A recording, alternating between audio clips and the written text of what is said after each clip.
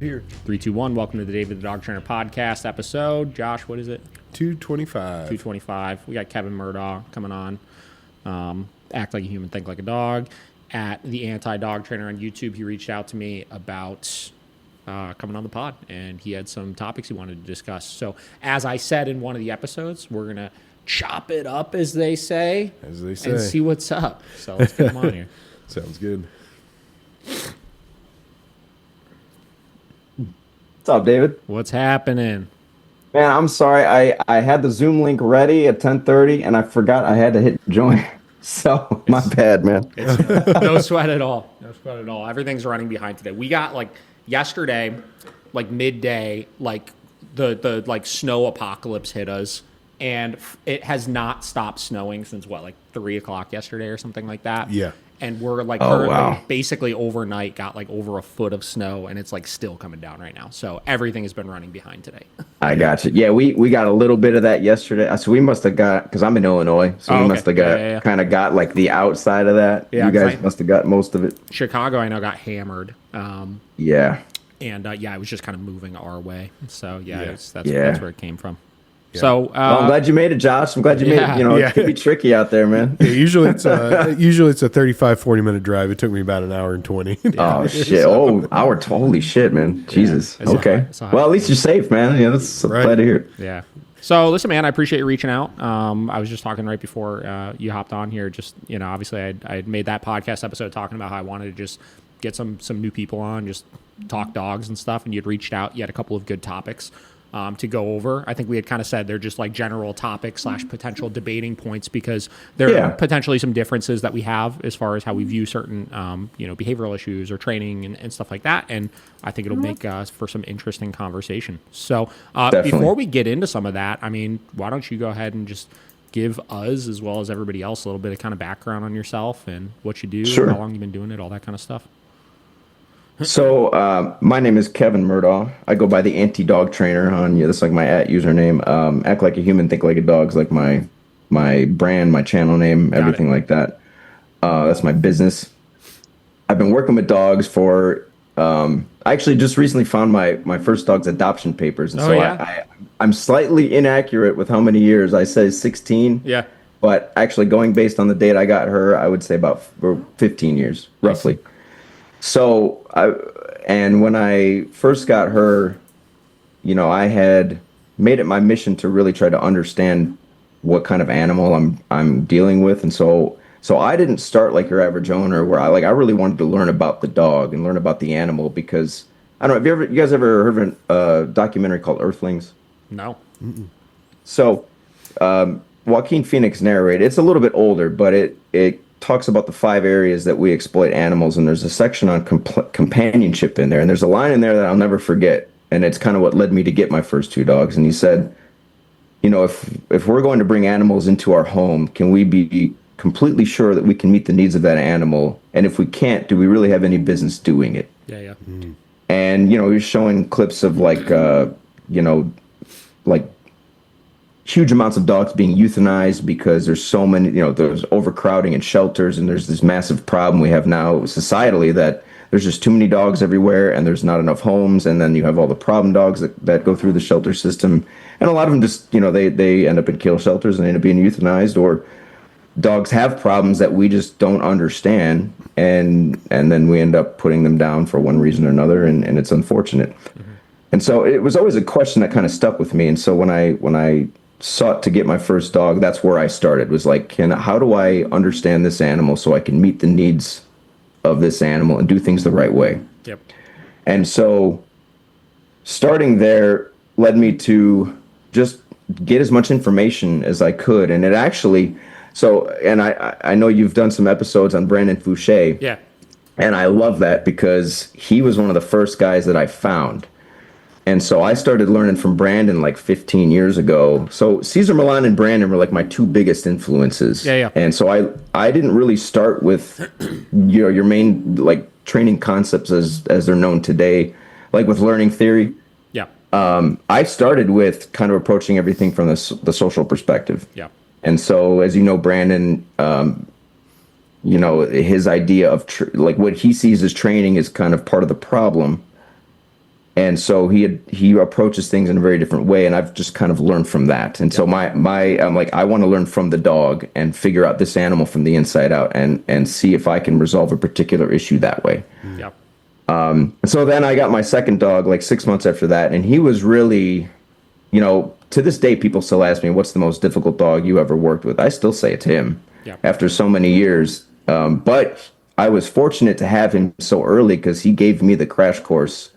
I not only how do I resolve issues with a seriously difficult dog, but a dog aggressive dog, and in some cases human aggressive, but not to the level where he's like trying to kill people, but it was still there, And so he's really why I do what I do, is being able to, because I had people tell me you should get rid of him, put him down, he's dangerous, and so I basically said I'm not giving up on this dog, and I'm glad I didn't, because he really, I learned so much from just him.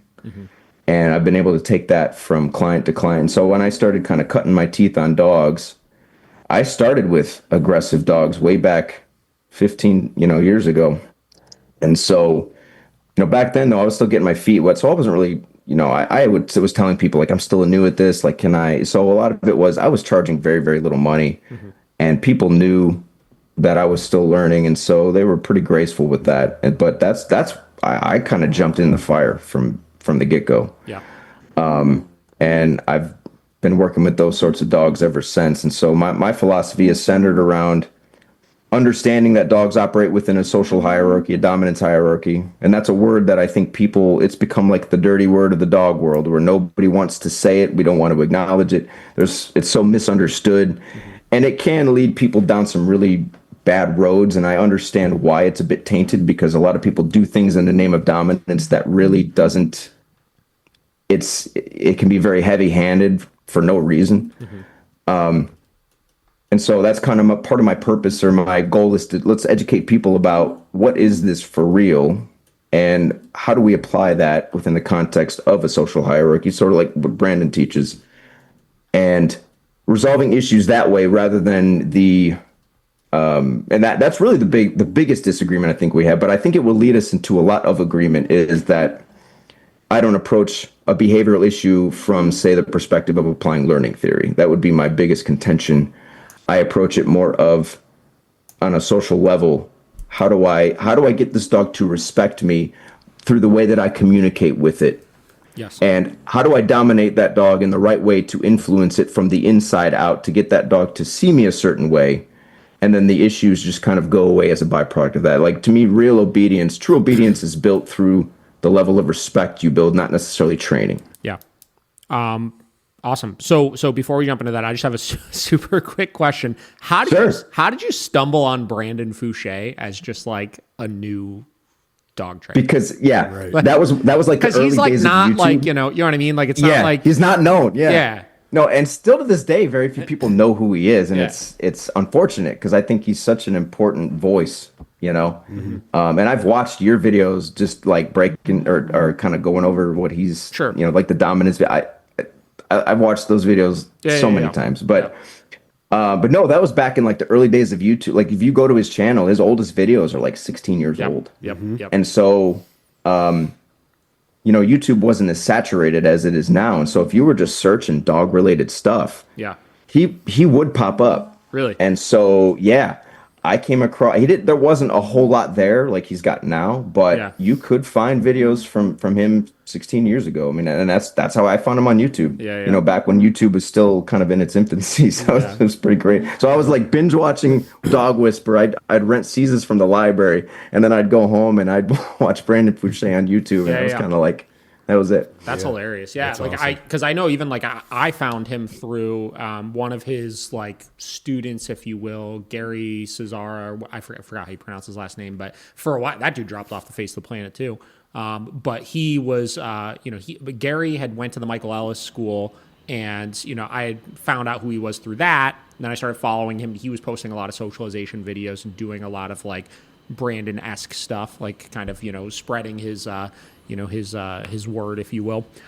And he started talking about Brandon, and I was like, who's this Brandon guy? So I started then like looking into him and finding out about him and stuff like that. Okay. But even for me, it was like, damn, like how do you how would anybody just stumble upon this guy? Because his following, I think he's, he doesn't have that many followers on YouTube or anything. No. It's not like his videos still to this day, he's only got like 4.3 thousand. I know. Yeah. But I guess he's bigger on Facebook. Like he does more stuff on Facebook now. I don't know how big his following is on Facebook. He started using Instagram quite a bit recently, I know, because did he? I followed him a long time ago when he never posted anything. And now all of those like little segment videos he does where he like films some dogs playing and like talks about it.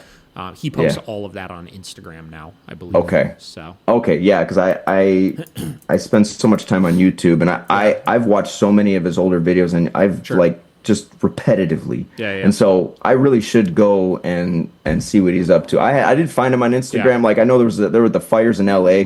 I went to check on him. I'm like, hey, I wonder if Brandon, and he was fine, and thankfully everything was good. But yeah, I guess I just got lucky back then. I just stumbled across him, and it was like one thing led to another, Sure. Right. Okay, so I guess we'll kind of get into some of this here. So we'll start with you. You had mentioned obviously that you like approaching resolving behavioral issues through more of the social dynamic as opposed to like a learning theory kind of thing. And that's something Brandon talks about as well. You hear a lot of like, oh, it's about the relationship and, the dominant side of things and stuff like that.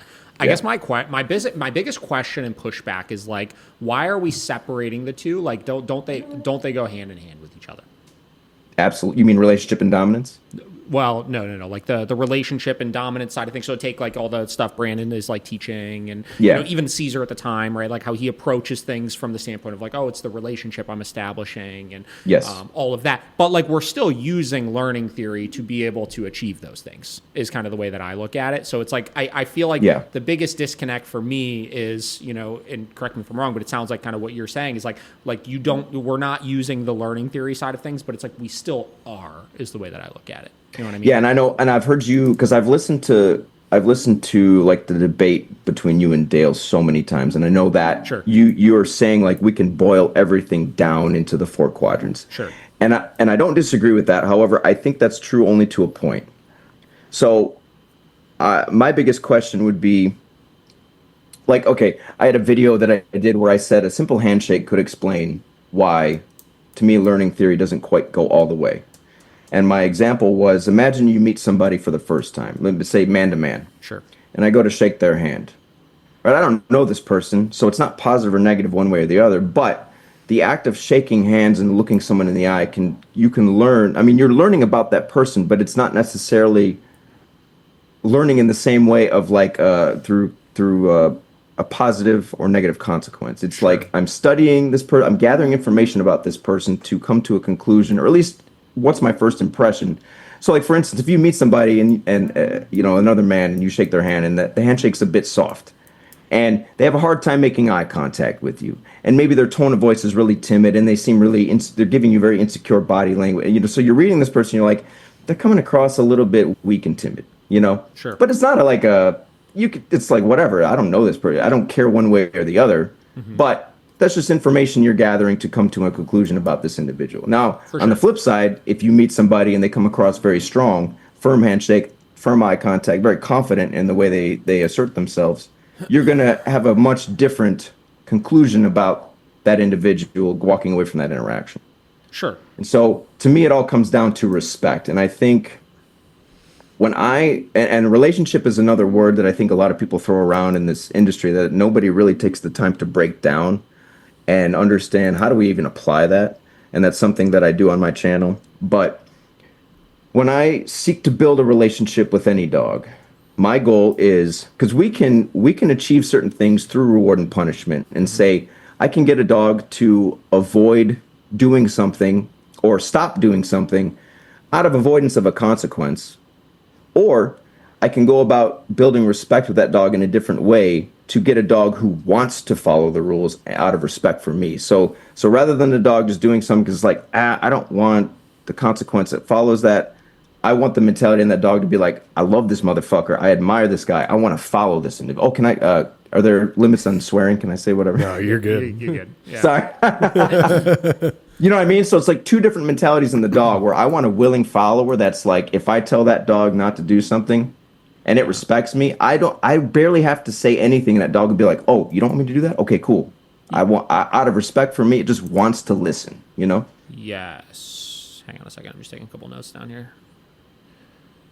Okay, so the first thing you mentioned is like the handshake, explains it to you. Like so I don't think we're disagreeing at all from the sense of like, with dogs or people or whatever it may be, like they all exist on different, ends of the spectrum as far as their sure, we could use the word like hierarchy, like they're softer or firmer or more dominant or more submissive or like any of those types of things, right?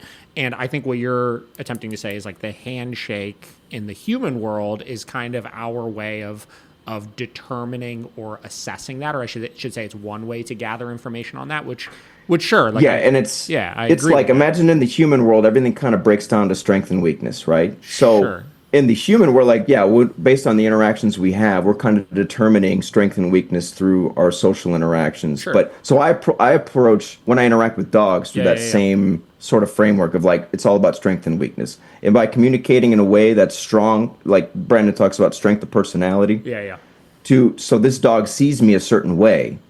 Versus if I come across like, if I act like a prey animal, my dog will treat me like prey. It's not going to respect me. Versus I come across very strong and commanding in how I present myself and the way I communicate, that dog is going to respond very. It's like, I've dated quite a bit in my life, and one thing I've learned about women is you could have the same woman, and that same woman will treat 5 guys totally different, but it's based on that guy. You know what I mean? Like they'll treat this guy, they may disrespect this guy, but this guy they may really, really like, and they'll follow that guy, listen to that guy. There won't be any disrespect. So it's just, I see dogs the same way. Where like the issue is always the relationship that's built between dog and owner. So I could take a dog and have that dog respect me, but then the challenge is how do I help that owner to rebuild that relationship so the dog now respects them the same way. And so if that dog perceives the owner in a way that says, I could just walk all over you, you're weaker than me, I'm higher than you in the social hierarchy, but this guy, he shows me something different. Well, now the challenge is how do I get the owner to interact with that dog in a specific way to build respect? Sure. So that dog sees them different. Yeah, no, like I said, I agree with the initial thing that you said of like you could assess, right, like where the dog sits. We'll just use dogs in this case, obviously, where the dog sits on that spectrum as far as, them being more submissive, more dominant, whatever it may be, right?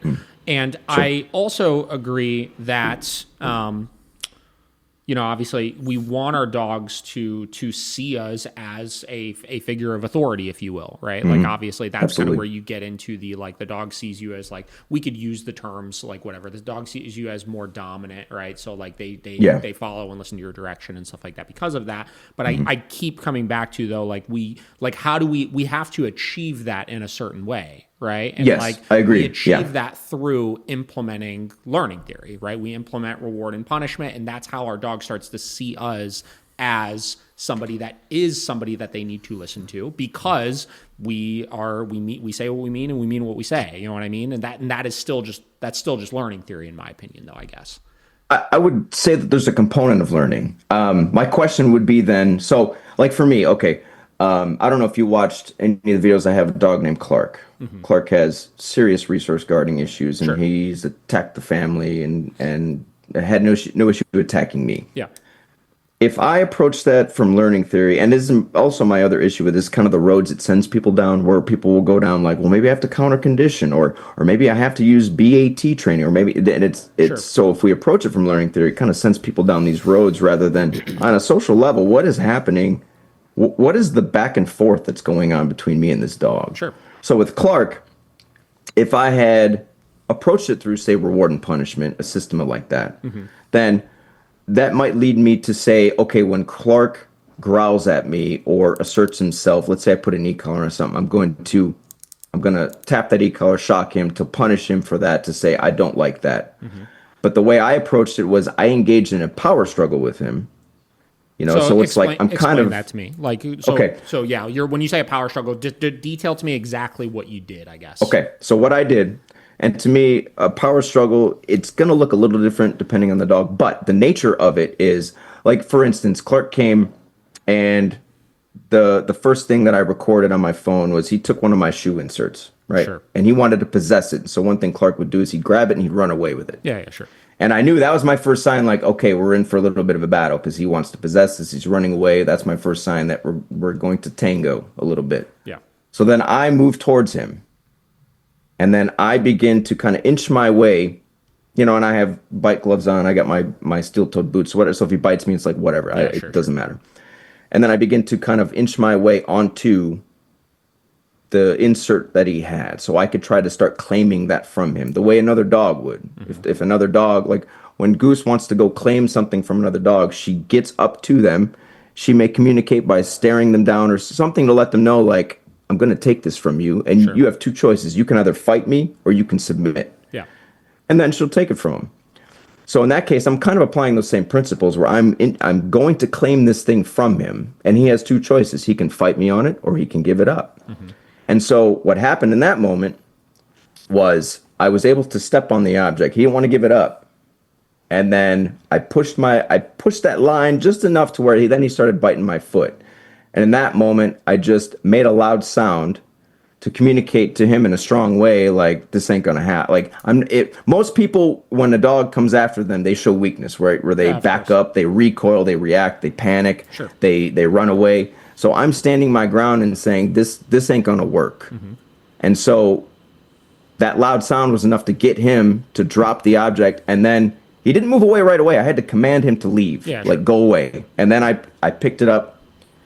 I won that power struggle. Yeah. So okay. Right, and so rather than punishing him, it was more of like a back and forth of, now it's like we're figuring out who's stronger between the two of us. Yeah. So if I win those exchanges, I'm going to build respect in Clark's eyes, and then he's a lot less. And if I don't show weakness in those moments, he's going to be a lot less likely to do that again, because now he's like, well, shit, this way that I've solved problems in the past by biting people to control them, it's not working. It's not going to work with this guy. For sure. He's too strong for that, Yeah, for sure. So, okay, so this is where these conversations, like, I don't know, like, frustrate me a little bit, because, like, I agree. I completely agree with everything that you said, right? Like, I approach a lot of cases in that way as well, but, like, that's still learning theory, right? So that's two components of learning theory. You're removing the reinforcement behind his behavior, right? So historically in the past, his guarding and aggression has made people go away, right? So so you're removing the reinforcement, which is a component of learning theory, obviously. And then that loud noise that you used, right, is still would scientifically be defined as positive punishment, right? You implemented something aversive to interrupt and stop that behavior, right? Sure. But then the question would be, and I don't just like, and that's to me where there's a component of learning there, because now Clark's learning something about me. He's learning, okay, I can't, this guy doesn't react the same way that other people do. Therefore, I have to change tack, or I just have to submit to him. I can't do this anymore. Sure. So it's like, the video of yours I commented on where you had the pit bull and the muzzle. And you were kind of doing the same thing. That's why I love that video, because I understand what you were doing there. Yeah. And so now here's the thing, though, that loud sound, Clark may not have cared about that. So really it's a matter of, and then the question is, if he didn't care about that sound, my next move is I still have to keep moving forward to get this thing from him. So, and I've had moments where Clark has, come after me, but I just extend my fist like this, and then I grab his collar. Yeah. And then he stops. Sure. So again, I'm not really punishing him, but I'm also showing strength in that moment and saying, and again, all the forms of communication, eye contact, posturing, the energy I'm giving him, and I'm just very assertively being like, no, ain't gonna work. Well, yeah, and then like, he stops. Well, so the loud noise, right? Like you said, like if it didn't work, that would mean because it didn't meet the qualifications of punishment in that moment, which doesn't mean that it didn't do anything then at that point, right? Like you attempted something to punish the behavior, right? And at that point, the dog determines what's aversive and what's not aversive. And for you, right? And this is where, like, I think like a lot of people kind of get into the more like relationship side of things. Like for you, like a lot of people look at, okay, in that moment, the punishment worked with you, but maybe if the owner didn't, it wouldn't have worked. So they would be like, okay, well, yeah, that's the clear reason why, like that proves the point of its relationship and this and that, where I disagree. Like, it's just like the reason why it worked for you is probably like you're a new person, right? Like you're probably just, like you're already have established yourself a little bit more to the dog through other interactions that you've had with them, right? So through learning theory, right?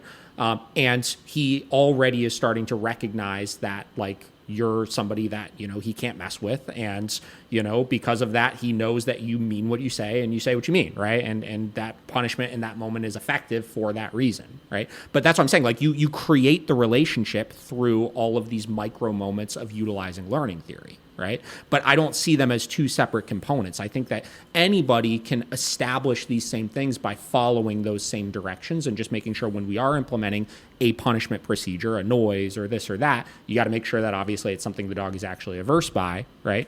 And you've got to be consistent with the expectations that you're setting. Like, I still just don't see them as two different components. That's where, like I was saying in the email that I sent you, like, these topics, like, I think we agree for the most part on them. It really comes down to just how we define them and how we view them, which is where, like, the confusion kind of comes into play. You know what I mean? Yeah. No, and I guess, so the very first, now, have you ever seen Brandon's videos where he talks about mine, you know, like claiming the food bowl?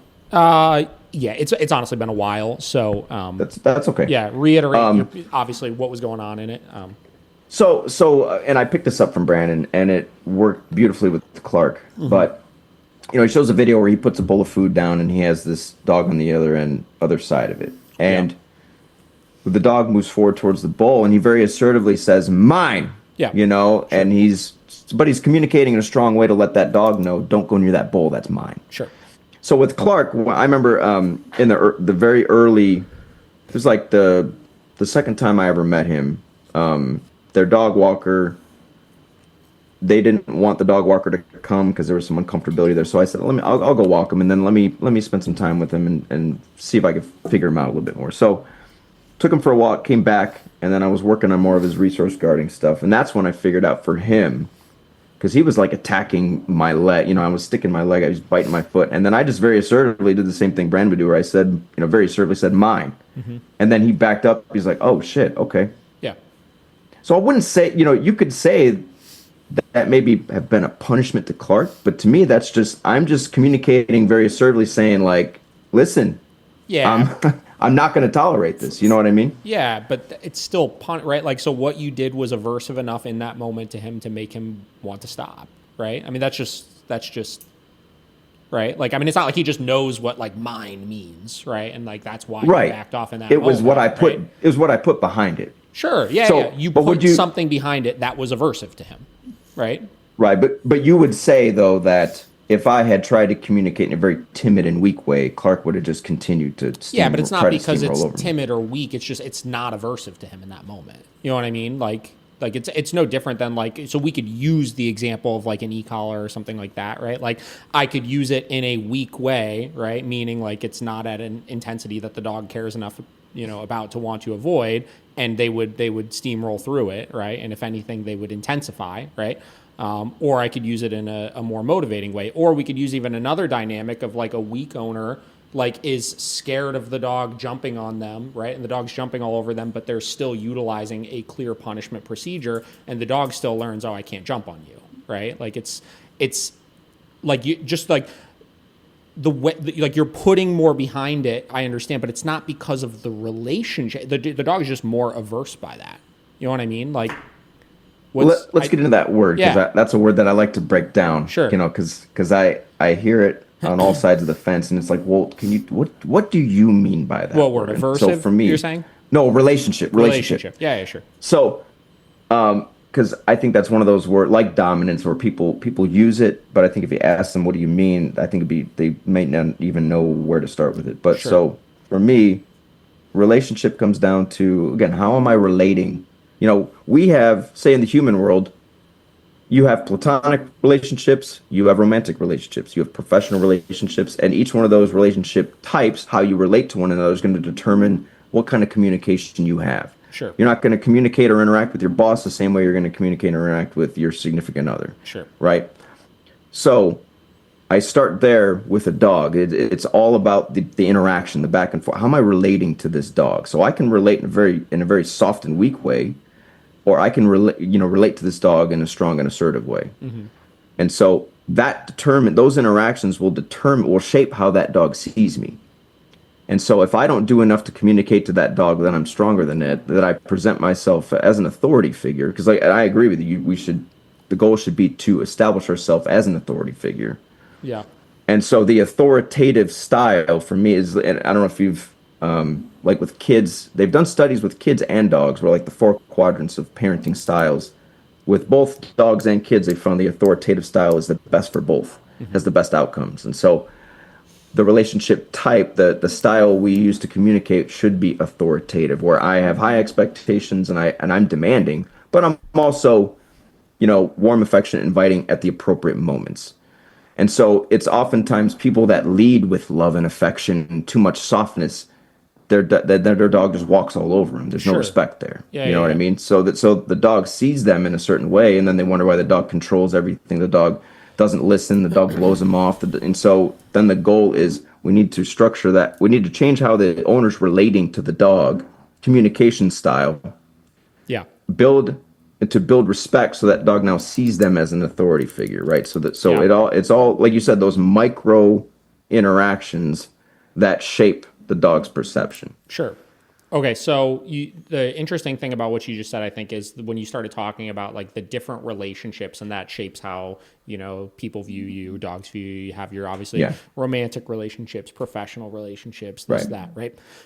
So to me, those relationships, like those terms that we put on our relationships we have with humans, just kind of put parameters and define how much authority you have in a situation, right? So like from a human standpoint, right? Like if I just have like one of my buddies, right? I have no authority over them. You know what I mean? Like I'm not here to tell you what to do or to make you do anything or this or that, like it's just like, so like it inhibits me knowing that's the type of relationship it is. It inhibits me from implementing certain types of learning theory, right? Into like what it is that I need to do, right? Like, so my romantic relationships, the parameters are slightly looser because I'm absolutely not in a position of authority over my wife, right? But like, we have a bit more of this like cooperative, like, hey, like, I know that I'm not in charge of you, but there are things I need to ask you to do sometimes, and vice versa. And my interactions that I have with you will be a little bit more of like I'll use your word, right? Like social kind of punishment and reward that happens to kind of maintain that. You know what I mean?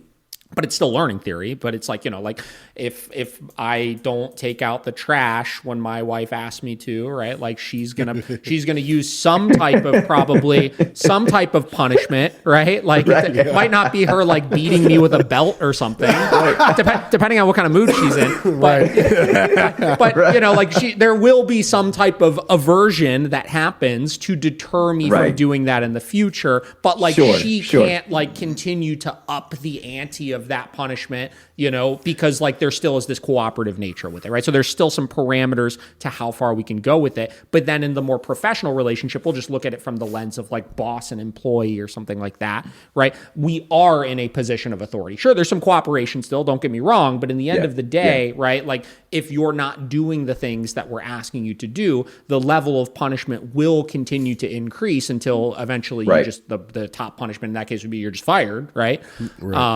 But like that just creates the different parameters, but it's still those relationships are individually created through a system of reward and punishment, right? So like I would say on some level, yeah. Yeah, but I just think it goes just a little bit deeper. What's the deeper with that I'm missing though? Because that's where I'm having a hard time where I'm like I get the relationship side of things, right? How we're relating to the animal and how they see us, and it's all the micro moments. It's not one thing, right? Yes, I will agree that like if you there are some behavioral issues that if you truly approach from it's just this singular issue that you're trying to get under control, but you're not fixing all of the other things, you might be able to through learning theory create like an inhibition of that thing. Like let's just take the resource guarding, for example, or something like that. But like if you're still getting walked over in all other places, like absolutely, it's going to be harder to be believable in that moment. So like I also am not disagreeing that like big picture through all of the learning theory that we're implementing, that you will create a relationship that makes it easier to address issues, but it's still in my mind is just learning theory then at that point. So I guess that's where I'm like help fill in the gaps for me of then like what I might be missing with that or where it goes deeper than just that. I would say, so in the case of, say, you and your significant other, Sure. you value what she says and Sure. you respect your wife. Sure. So if she has a disagreement or an issue with something, you're going to listen, right? Because you care about you value what she says and you respect her. Sure. Same with your boss, where you may value. Well, okay, I'm glad. So I use an example. It's one of my favorite illustrations of, say, a dominance hierarchy. It's like the workplace. Sure. Right. So almost every workplace is a dominance hierarchy, right? Whether you're an employee or a boss, there's a chain of command. Sure. Right. And so each level of that rung has a certain level of authority. Now, training. If I go to get trained on the skills of the job, right? They're just teaching me how to do the job efficiently and effectively. That's it. That has no bearing on how I perceive my boss or if I respect my boss. It has no bearing on my attitude towards the job, and it has no bearing on how I interact with my coworkers. It's you ever worked with people who are really good at their job, but they're just shitty people and they get away with a lot just because they're really good at their job? Sure. Yeah. So the boss isn't going to issue too many consequences, or like their favorites, just because they performed really well, so we're not going to, Yeah. But if you don't respect your boss, to me there's a difference between a boss who, we've all had shitty bosses, right? You just do what you're told because you don't want to lose your job, you don't want the consequence, but you're like, fuck this guy. But there's a huge difference between that and the boss who's a really good leader, and you're like, I want to go to work and perform for this because he's a really good leader, he's a good dude, he motivates me, and I want to do for this guy, like I want to do better, And so to me, that's the difference in the relationship that we build is, again, how the dog if the dog sees me as just that guy who's like, yeah, he gives me stuff when I do good shit, or he punishes me when I do something he doesn't like.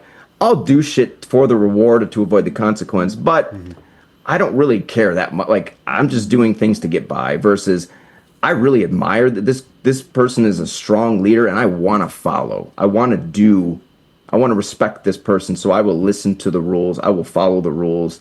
I will fall off a fucking cliff if this guy tells me to go chase that ball off the cliff. You know what I mean? Sure. So so to me, that's the difference in the type of relationship. And so like I said, there's a learning component to that, but I don't think it's necessarily achieved just through learning or reward and punishment. Like the relationships that I've had with my dogs, to me, it just went so far beyond that.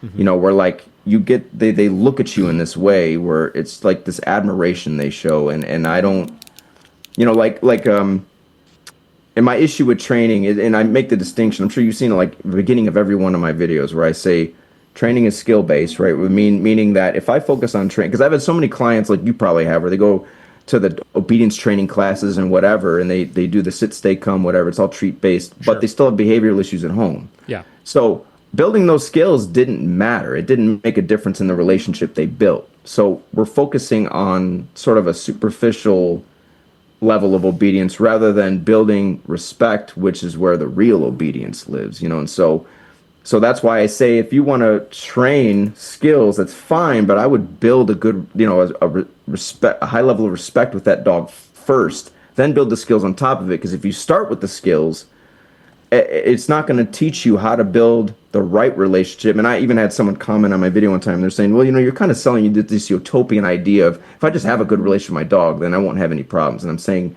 I said, no, I'm not saying if you just have a good relationship, you have to have the right relationship. And that's so going back to cooperation, I don't see cooperation as like a 50-50 thing. To me, like the workplace example, if I go to work and I'm playing the role of an employee, my boss is playing the role of an employer, or my boss, right?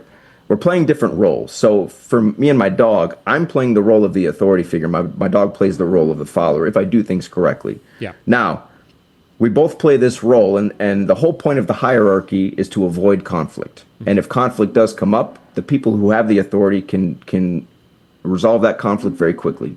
But they can also, if things get out of hand, they can issue a consequence if necessary. And, obviously, if you do things really well, there will be that reward. So that reward and punishment is there. But, again, I think that really doesn't say much about how you view your boss, Yeah. But going back to the cooperation, we both play these roles so we can cooperate effectively to get a job done. And so I often, like, I've debated with force-free people where they have this idea of cooperations like, oh, I'm a partner with my dog. I'm a 50-50 with my dog. And I'm thinking, well, if you give your dog just as much power and say as you do, well, there's going to be friction. Because your dog thinks it has just as much authority as you do. Yeah. So why would I want to create a dynamic that to me is not real cooperation, where real cooperation is I know my role and I play it well. My dog knows its role and it plays it well. And we can cooperate moving forward through life to get a particular job done, which is just live a peaceful life where, like, I don't have conflict and problems with my dog. And like, I don't know if you've seen live streams where I take her off leash downtown Plainfield. Yeah.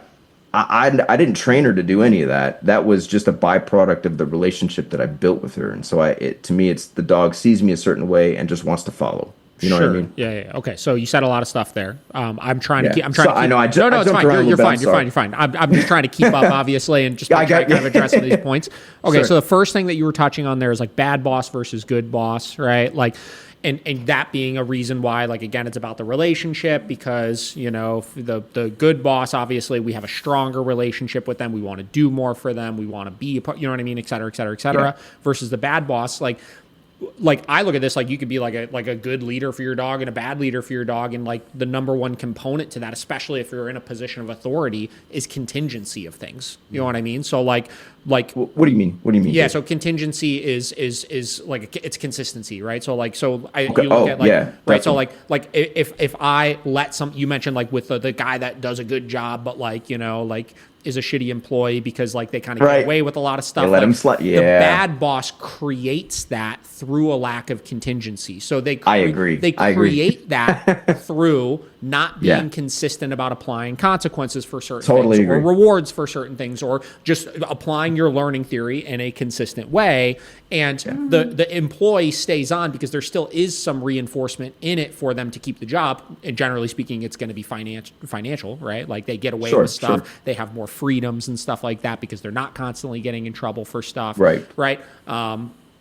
Which is again, just like learning theory created that shitty relationship. Right? Like it's not just that the guy was just because he's a bad person, he, you know, doesn't get his employees to be motivated for him and this and that, right? It's you're a bad person because of the lack of consistency of the things that you're doing, right? Like and on the contrary, the good boss, right? It's not just that this is just a good person that people want to lead moving forward. In some cases, that could play a role in it, but usually that's because there's, again, a type of reinforcement in it for the person to want to follow them. The bigger goal of the mission that they're trying to strive for within the company could be strongly reinforcing for an individual, and tack that onto that good boss likely is very consistent with the outcomes of the reward and punishment that they implement in their day-to-day. So because of that, we have a strong reinforcement for a mission. We have a very consistent and clear expectation as far as a reward and punishment system. So because of that, everybody cooperates in a fantastic way. Everybody's motivated. There's no stress. They're not nervous or anything because everything's predictable and they have this mission and goal, right? Again, to me, that is still like your bad boss or your good boss.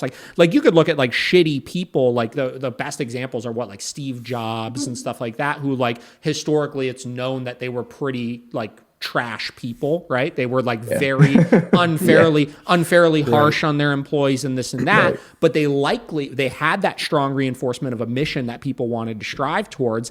And even though they were overly harsh with their reward and punishment, in most cases the punishment side of things, they probably were still very consistent with it, right? Which is why, you know, they still were able to achieve the outcome of growing an incredible company out of it, right? Now, we could say like those are different relationships that you're going to have, whether it's the non-contingent nice person that just creates these employees that walk all over them and just kind of get the job done and everybody's upset and frustrated and this and that, or the good person that is very consistent and clear when having a clear direction, or the bad person that's very consistent and clear in pushing people towards a different direction, and that will create different outcomes, but it's still the reward and punishment that creates that. No, so I guess that's my rebuttal to that initial side. I see where you're coming from, and I don't disagree with that. I guess my caveat would be, you know, say going back to, because I agree with you that like the boss that just kind of lets shit slide. Yeah, you're going to create employees that are like I could do whatever I want, you know? Yeah. And that leads to problems. And it's the same with dogs, right? Like owners that, most owners are the same way. Like they let something slide one day, then they try to yell at the dog the next day for it and this and that. And that creates a shitty relationship. Yes. But this is my whole argument all through this. And then I'll let you obviously finish. It's just that the reward and consequence creates the relationship, not the other way around is the way that I view it. So anyways, whatever you were going to say, you can go ahead and keep going with that though. No, I see your point with that. Have you ever, maybe you've been in a position or know somebody you work with where they do get consequences, but they're like, I don't fucking care. Like they're non-aversive. Fuck. Yeah. They don't, it doesn't matter.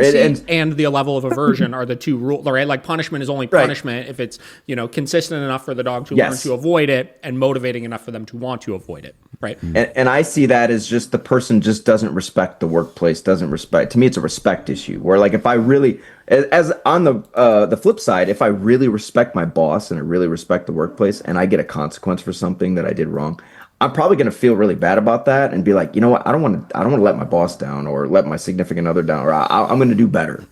But if you don't respect him, you're like, I don't fucking care if you write me up. I don't give a shit. Like, I'm going to walk out of here tomorrow anyway. Like, who cares? You know, do you see what I'm saying? Yeah. I mean, I see what you're saying. Hold on. I'm like right on the brink of a sneeze right now. Oh, go ahead, man. Or not. I always look at stare the light. Stare at the light. Yeah, right on. Yeah. Oh, you know about that too. Oh, yeah. Everybody knows about the light trick. I think it worked too. Perfect. Okay, so excellent. So yeah, I mean,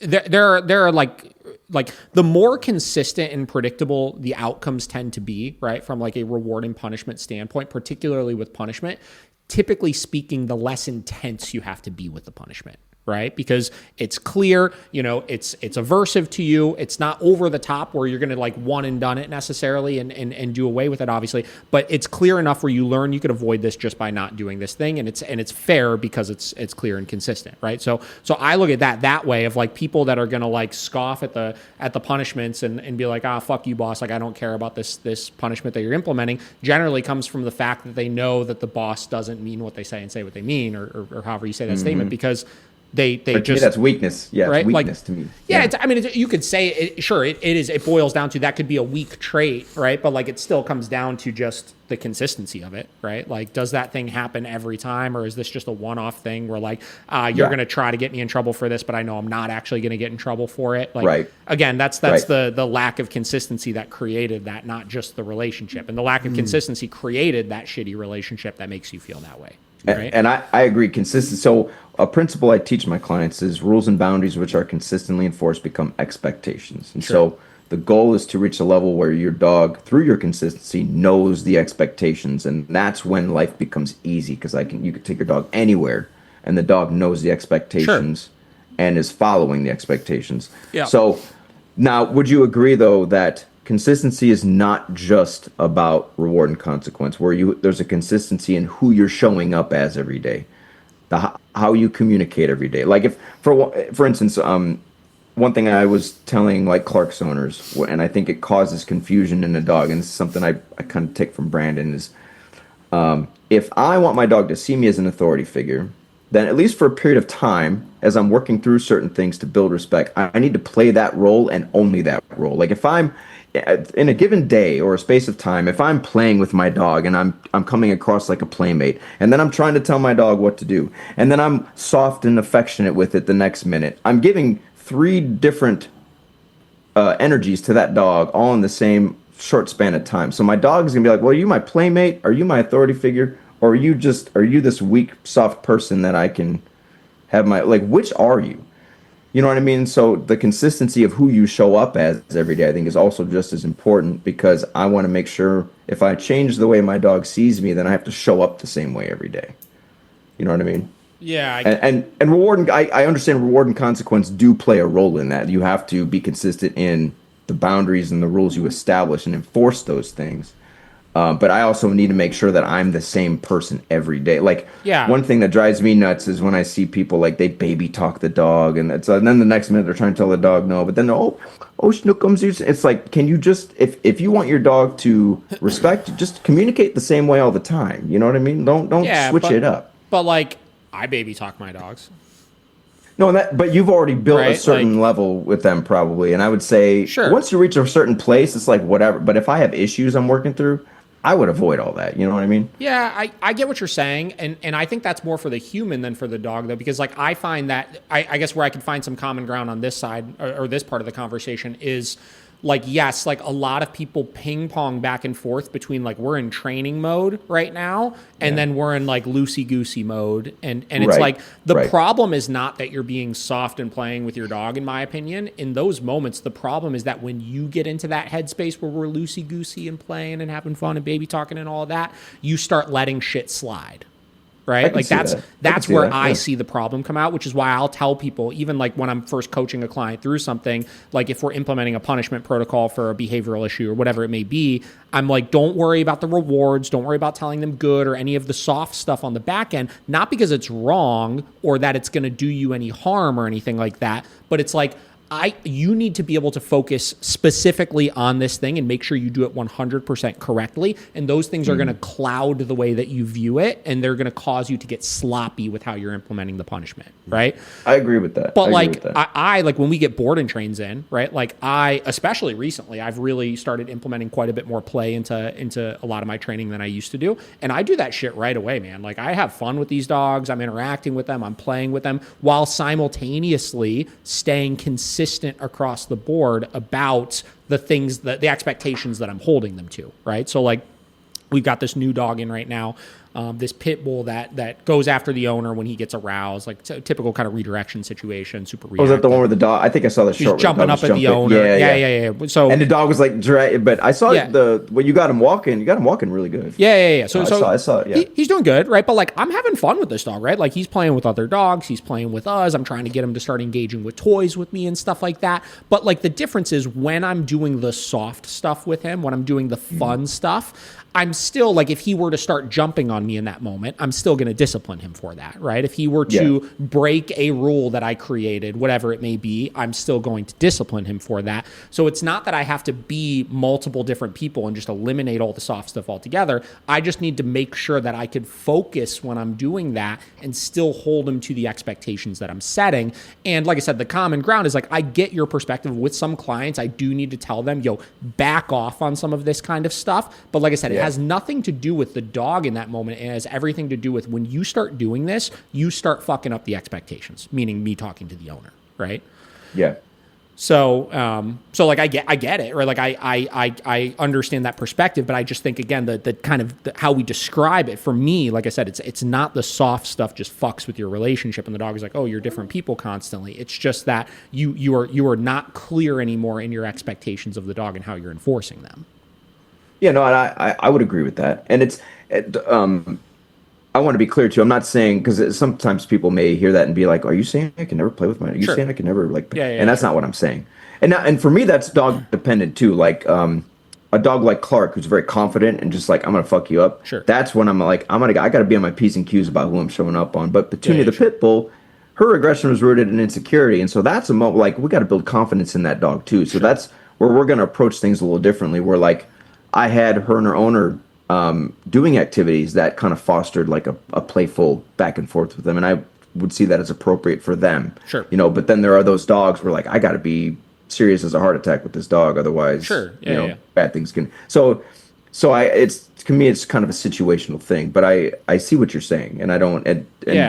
Boiling it down to, I just need to be consistent in enforcing those things so that my dog understands there's no wiggle room here, there's no loophole. Yes. Yeah, I agree with that. 100%, right? Like, so, and then I guess the other things that I had put down here is, and I don't even know where I was going with this one. You mentioned a couple times, this idea of like knowing what to do versus like being motivated to do it. It's like, like you're being instructed on things, and then like, it all goes out the window. You mentioned like a lot of people take their dog to obedience classes and they do like reward-based training and stuff, and then they go home and there's still issues because the obedience didn't solve those, which again, totally agree with that. But it's not that obedience wasn't going to solve the issues. It's just that there was there was no accountability to it. It was a negotiable obedience drill, right? You weren't creating the relationship, if you will, as you mentioned, of like the cooperative leader, right? Where like I'm in charge of things, we're cooperating, but I'm in charge of things. You're not achieving that relationship because of how you're implementing the learning theory, right? You're leaving out an entire end of it that makes it, like I said, a negotiable task for the dog. So because of that, they're never going to start to see you as the type of leader that we need them to see us as, right? Yeah, I wouldn't disagree with that. I guess to me that's also kind of go back to the cultural problem we have where if I take my dog to like reward-based obedience class, the person doing that class isn't gonna, most of the time they're gonna be like, don't tell your dog no, don't, and so they're not really teaching people how do I build that authority with my dog because they don't agree with it anyway. And so we have a whole, there's a whole slew of people that go through these classes believing because of what they've been shown or told that, well, if I just take my dog to obedience class, it's like I'll have an obedient dog. And it doesn't work that way. Yeah. And that's another core message of my channel is trying to make this distinction between, to me, if I want to build skills in my dog, to me, that would be like, I would focus more on learning theory. That would teach specific things to that dog so I can get a little more specific with it. But the relationship building to me, like I said, there's a layer of that there, but I think we just go a little bit deeper with it. It's kind of like baking a cake where I see like the baking the dog training cake. Yeah, baking where reward and punishment may be a layer of that cake, but it's not the whole. It's like ingredients, but I need more to build that cake, and then everything out. The fun stuff's like icing on the cake. It's the fun shit we both find rewarding, and it's like a win-win. But that to me is like an incomplete cake. Now, here's the thing though, because like I said in your debate with Dale, you had said, your team, like if we're getting happy clients and getting results, like do it how you want, and I'm team that too. Like who am I to talk shit about somebody else's client success stories and reviews, and like there's one thing I respect about you, David, is you show your work, you show the process, the before and after. You have the client test. Like I have nothing but respect for people that talk, but also show what they do. Sure. And that's why going back to like the podcast yesterday, you're like, I don't want to hide anything. Yeah, and I respect it. I respect that because there are people bitching and moaning about what you're doing with the bonker. And I'm like, he didn't have to show you guys that. Yeah. He could have hid that from you. Yeah, sure. He didn't do that. Yeah. So you guys can squabble all you want, and disagree with it. But at the end of the day, it's like, did the owner have an issue with it, and is the owner like that? To me, that's the most important. If our focus is really to help people and dogs and to solve problems, then I'm team that. Like, let's just focus 100%. On, we can nitpick over the small details all day long. Yeah. But I think the discussions and debates are good. We should have them. Yeah. Because I don't think there's enough of it in this community. Yeah. But at the end of the day, like, there's too many people just out here fucking talking in front of a camera and not doing anything or showing it. And it's like, what room do you have to talk when I go to your channel and there's nothing there? Or, I would be ashamed if I had a dog training channel. I would be ashamed if 99% of my videos were me bitching in a car, complaining about everybody else. And I couldn't even show the end result of my process. Why should I care about your process if you can't show me what it looks like at the end of it? Yeah. What's hilarious is so we have like a media team, right? So Josh, and then we have two girls that do a lot of the social media stuff as well. And we are constantly having meetings where we're getting together. We're like, I am like, guys, like we need to start posting less podcast stuff and more of this kind of stuff. And like, I'm constantly going back and forth of like, I never want to be that guy where people go on the page and like, this dude's just a fucking podcaster. Just a talking head. Right. Like, I'm just a talking head. So like, I'm constantly fighting that because there's so much content of me talking, obviously, where I'm like, we need to show more of the fucking dog training. But then it's like, it's funny because this is why she was getting on you about the podcast yesterday, because we had the conversation the other day where we swung too far the opposite direction where I'm like, people don't know I have a podcast anymore. Oh, no shit, really? They don't know? We need to post more clips of the podcast. So it's this constant back and forth struggle. So I agree completely. Yeah. And yeah, I agree. Like these conversations are just like interesting to me more than anything. It's not like I said, like I'm like, yeah, like same deal. Like if you're getting happy clients, like, and frankly, all the things you're doing that you described, like to me, I'm like, yeah, like that makes sense. Like I would do that. I would do that. I would do that. You know what I mean? Like I get all of that for sure. I think talking about what we're doing helps us to just like open up a little bit more to like the inner workings of it, where like, again, the middle ground here, I think that we can kind of find as far as a common ground is like, you know, for me, like, yes, like I agree with you that like we could highlight the relationship we're creating a little bit more and help people to see how all of these things lead to that, right?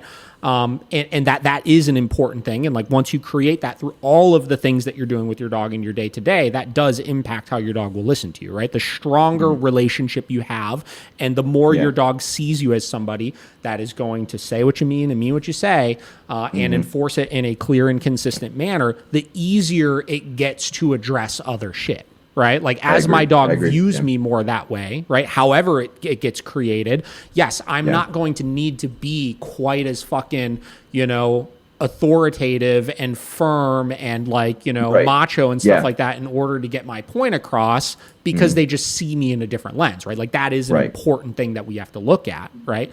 And I could definitely see that of like, hey, yo, like it is important to look at the big picture, right? And then on the contrary, like I said, I think that a lot of the people that do preach just relationship, whether it's, you know, you or somebody else or this or that, I think like viewing all of those micro interactions that we're having as they are still individual moments of reward and punishment, right? Like I think is also just a really important thing, because that helps us to be able to communicate to our clients in a more clear way how to do certain things. I think one thing, and this is not something that you said, but one thing that I take a little bit of problem with, if you will, in a lot of the camps that do preach just the relationship stuff, is they say things in a bit too of like a woo-woo way of like, oh, you're using your energy in this way or that way or this or that, as opposed to just like, yo, like, is your dog averse by the thing that you're doing or not? And like, sure, like how we're conveying it will move that spectrum of how averse the dog is to it, obviously, but we still have to just look at, is the thing we're doing aversive or is it not aversive? You know what I mean?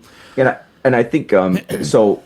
If I'm understanding you correctly, and I don't, because one of the biggest problems I have with people, especially in this community, is a lot of people like to invent their own language and their own, and I'm like, can we just keep it simple for people to understand? Like, I want people to be able to, it's easily digestible.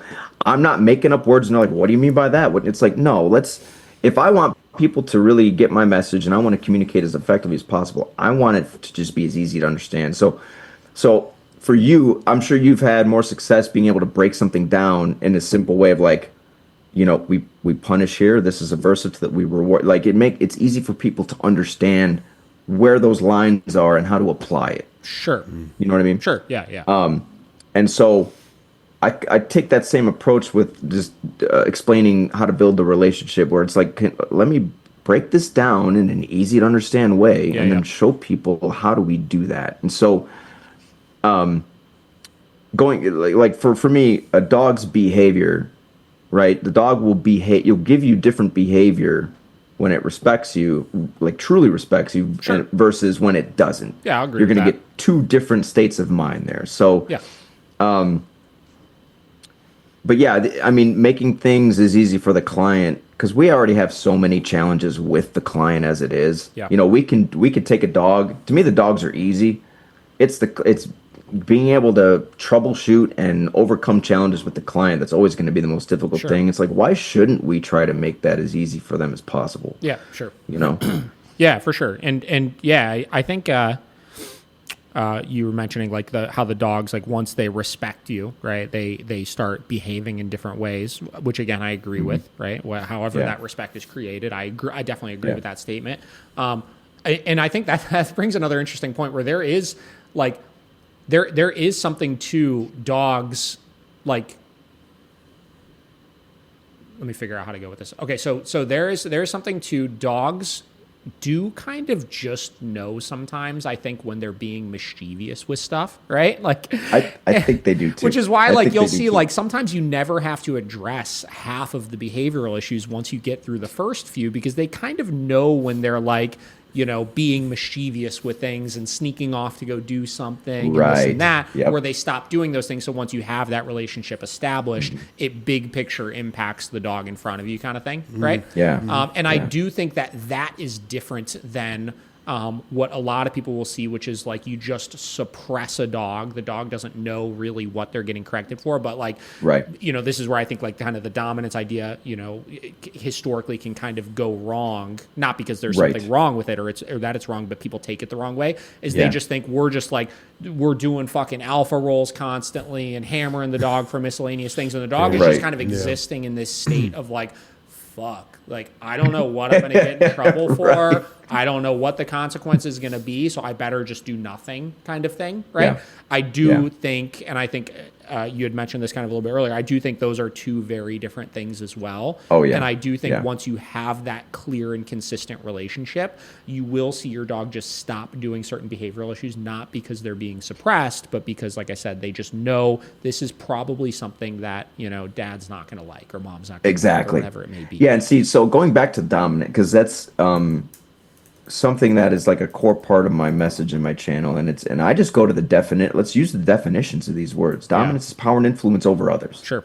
And so, if my dogs operate within a dominance hierarchy, right? And what Brandon teaches, I think, is so useful. He says, you know, in the animal world, in the dog world, the communication is simple. They just tell each other what they don't like. Yeah. And the sure. strongest personalities kind of just they sort it out and they organize a hierarchy that way. Yeah.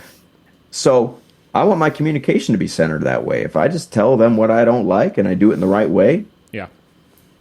then they're gonna have a clear and concise picture of where are the boundaries here, where's the what are the expectations, and I have to be consistent about that. And so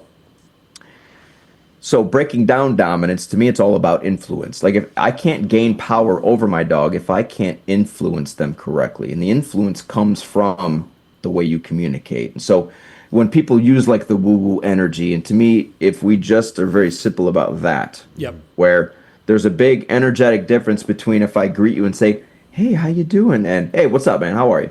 Yeah. You know, two different energies. And so if I communicate to my dog in a strong, assertive way, but that's the line too, is people will, it's like, oh, if I got to be dominant with it means I got to be heavy-handed and yell at him. It's like, no. Yeah, sure. Calm and assertive, like Caesar said, calm and assertive. Yeah. Like there's a line you don't want to cross, where if I cross that line, now my dog's just going to fight me. Yeah, sure. And we do have to engage in conflict with the power struggle, but I don't want to push that conflict to a level where now my dog is like defending itself, trying to kill me because now I'm being too rough with it. You know what I mean? For sure. Yeah, that's like the example I was using of like, you know, your good boss, that's a good person versus your good boss, that's a bad person. Like you know, like you're consistent and clear, but like again, the Steve Jobs types of people that are going to just go over the top of the punishment, you're going to create more conflict with that, obviously. So yeah, for Absolutely. sure. That definitely. Yeah, you're going to create disgruntled people. People are going to be like, yeah, I'll go, but man, I can't stand you. You know, like, why do you got to be so mean? I think my other like issue that I sometimes take with like, you know, focusing too much on like, you know, almost like changing who you are, right, and becoming this more like assertive person and stuff like that is like, at our core, I think we always are going to kind of be what we are. You know what I mean? Like if you're a little bit softer of a person, like you could make strides to help your dog see you in a little bit different of a light, but you're probably always still going to be a little bit of a soft person. Or like in my case, like I agree.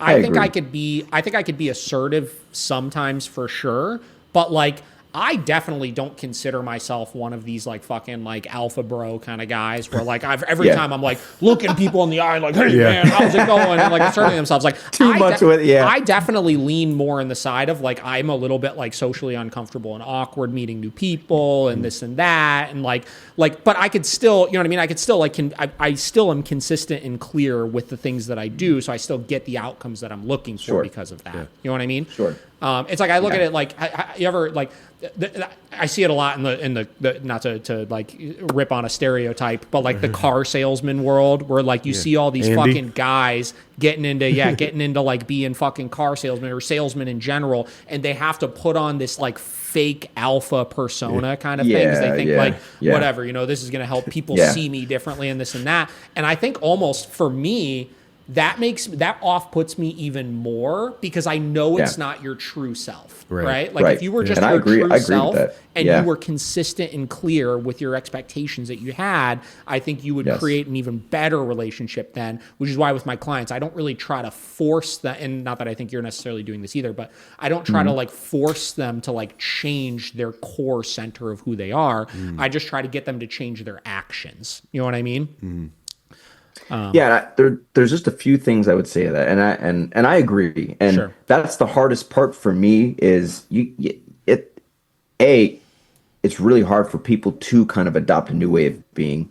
It's like asking somebody to be somebody else, you know, but the way I try to approach it is just in this moment when your dog does this, just try to be a little more assertive with them. You know, can you do that? Yeah, sure. And so we're not asking them to just change, but I do believe though that the dog changes when the person does grow, and that, you know, so to me, dogs are a great opportunity for growth. And so where there are areas where we maybe struggle a little bit, it's an opportunity to be like, you know what, I'm going to work on this, and I'm going to see if I could build this a little bit more in myself. And that's what I had to do. Like my boy Bruno, I was like in my early 20s, like I was not patient. I was, I was quick to anger. I was emotionally kind of all over the place, and I'm like, this dog's never going to respect me if I'm like this. If I lose my shit every time something little happens, he's never going to respect me. So I had to work on that, the internal work for me of reaching a place where I did build patience.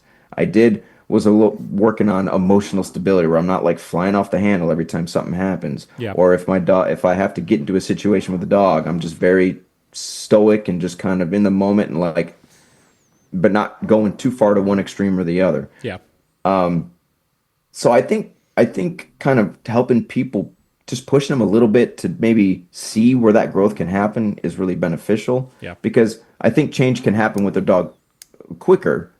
But I do agree that it's like, and those are the people where like, if we can't ask them to change, then I would say like, okay, well, there's just a certain types of dogs that I would avoid for those people. I agree with that for sure too. Like, if you are more timid, I wouldn't go get a headstrong pit bull. Don't do it. You know? I definitely think, like I said, you could expect, like, it's not that people can't change, obviously. It's just their core persona. I know what I mean. They can't change that. They could change actions, right? They can't change like personality and temperament and all of those types of things. I know what you mean. That's I like agree with Josh that. and I, we talked the one time about, I don't know if you follow like a lot of business guys or anything, but Alex Hormozy is like a really big name in the, I know he is, in the business world right now. And he talks a lot about like when he gets complaints within his company that like a certain person is being rude or, timid or insert any kind of like grayer umbrella term where it's like, you can't really put anything clear on it. He's like, I want to look at behaviors. He's like, so when somebody tells me this person is cocky or rude and the people are getting mad at him for that,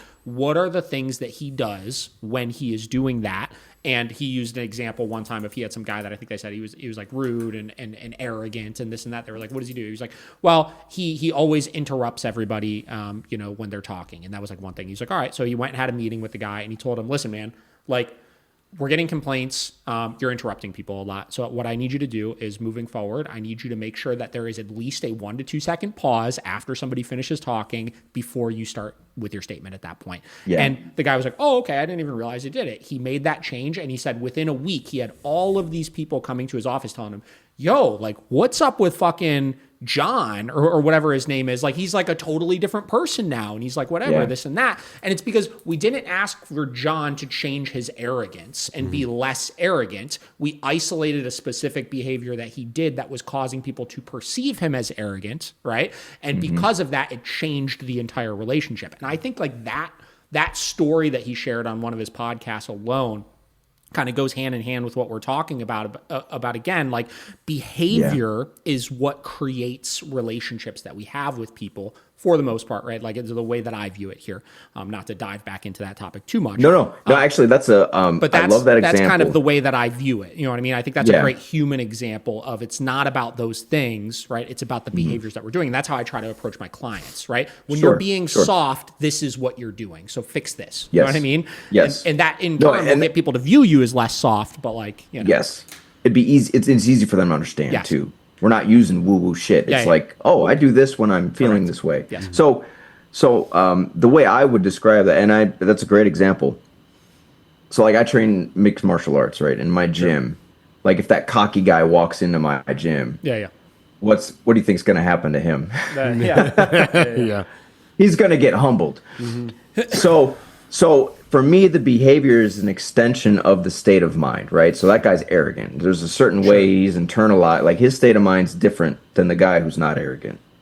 So for me, and I don't like in the workplace setting, I don't disagree with like, hey, you address that behavior because once that dude clocks out, you don't give a fuck if he's like as long as you show up to here, like you behave a certain way. But for me with a dog, like I want to address the state of mind. I want to go a little bit deeper. And so to me, the state of mind, the behavior is an extension of the state of mind. Like I said before, your dog's going to behave different when it's afraid versus when it's excited versus when it's calm, and like I said before, the dog, if it really respects you, is going to behave different than if it doesn't. So if some arrogant asshole comes into my gym and wants to challenge people or throw people around a certain way, well, he's going to learn. Now, this is the aspect of learning that I agree with, where he's going to learn really quick that this mentality, he's got this image of himself, he's gonna in a real world situation, he's gonna understand he's not hot shit, and now his mentality is gonna change as a result of that. Mm-hmm. He has two choices in that moment. He can take that life lesson and be like, man, I'm not this big bad tough dude I think I was, and he's gonna be like, I'm gonna keep going to this gym because I want to become like a different guy through that. Or he could be like, fuck this play. His ego is going to get hurt. Well, and sure. He's going to walk that's out. That's where you have like the individual, like, what do they say? The self, whatever. I don't know what the fucking word is, but like he has the authority in that situation to take the lesson and do with it what he will, kind of thing, right? And however you learned that lesson, right? Like whether it's through in the mixed martial arts gym, like you mentioned, or you learn that lesson through becoming, self realizing kind of the things that you're doing that are causing you to be like that. Right. Yeah, one of two things is going to happen. Like in your case, he's either going to want to better himself and like be like, oh shit, this taught me a lesson and I want to do this, right? Or he's going to be like, like you said, like fuck this place, this is ego, her ego, my ego's hurt, and I'm going to act like a baby. But the same could be said on the other end of the spectrum of like, you take this self-realization that like, oh shit, like I am kind of being a little bit of a dick, and now people are interacting differently to me, and it feels better, and my relationships are improving and stuff like that, so I want to take that and roll with it. Or they say, all right, fine, I'll do this here, but then once I go home, like the motivation behind doing it is gone. I'll go and beat my wife. I'll still be the same guy, if I really want to be that tough guy and I didn't get my way at the gym, well, I'm going to go home and get my, they'll do it somewhere else, Yeah. I get it. Yeah. I agree with you.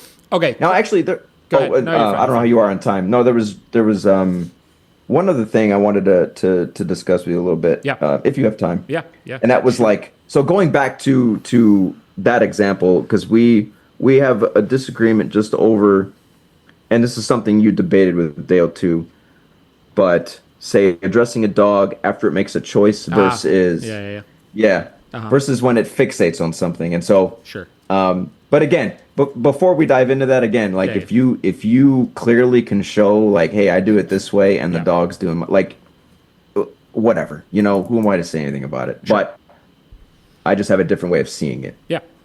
And so like I just put up a series with like Cooper, the reactive Australian Shepherd, and that was, when I have a dog like that, I'm focusing on when that dog, the state of mind, like I said, it fixates on something. Yeah. If I address it there, then I prevent a series of escalations from happening where the fixation usually leads to growling, barking, moving forward, lunging, and then biting if applicable. So if I address the dog when it's fixating, then I prevent that escalation and I help to calm the dog down. Yeah. Does that make sense? Yep. Versus I know so you wait for the dog to make that choice. Yeah. And then you would address it there. So you want the dog to just make better choices. Mm-hmm. Yeah. Well, I guess where would you like to take the conversation on that topic so that I know kind of how to address that? Yeah, I guess so. For me, I came up with an analogy. So, because for me, when the dog fixates on something in that moment, it is now entering a new state of mind. So it's showing intent. Right? Sure. The dog's intent is changing. Sure. So I want to address the intent and let the dog know this what's going on up here, I don't approve of it. Yeah. And so if I let the dog then act on it, to me, I'm too late. Yeah. So I think of it like, imagine a guy pulls a knife on you.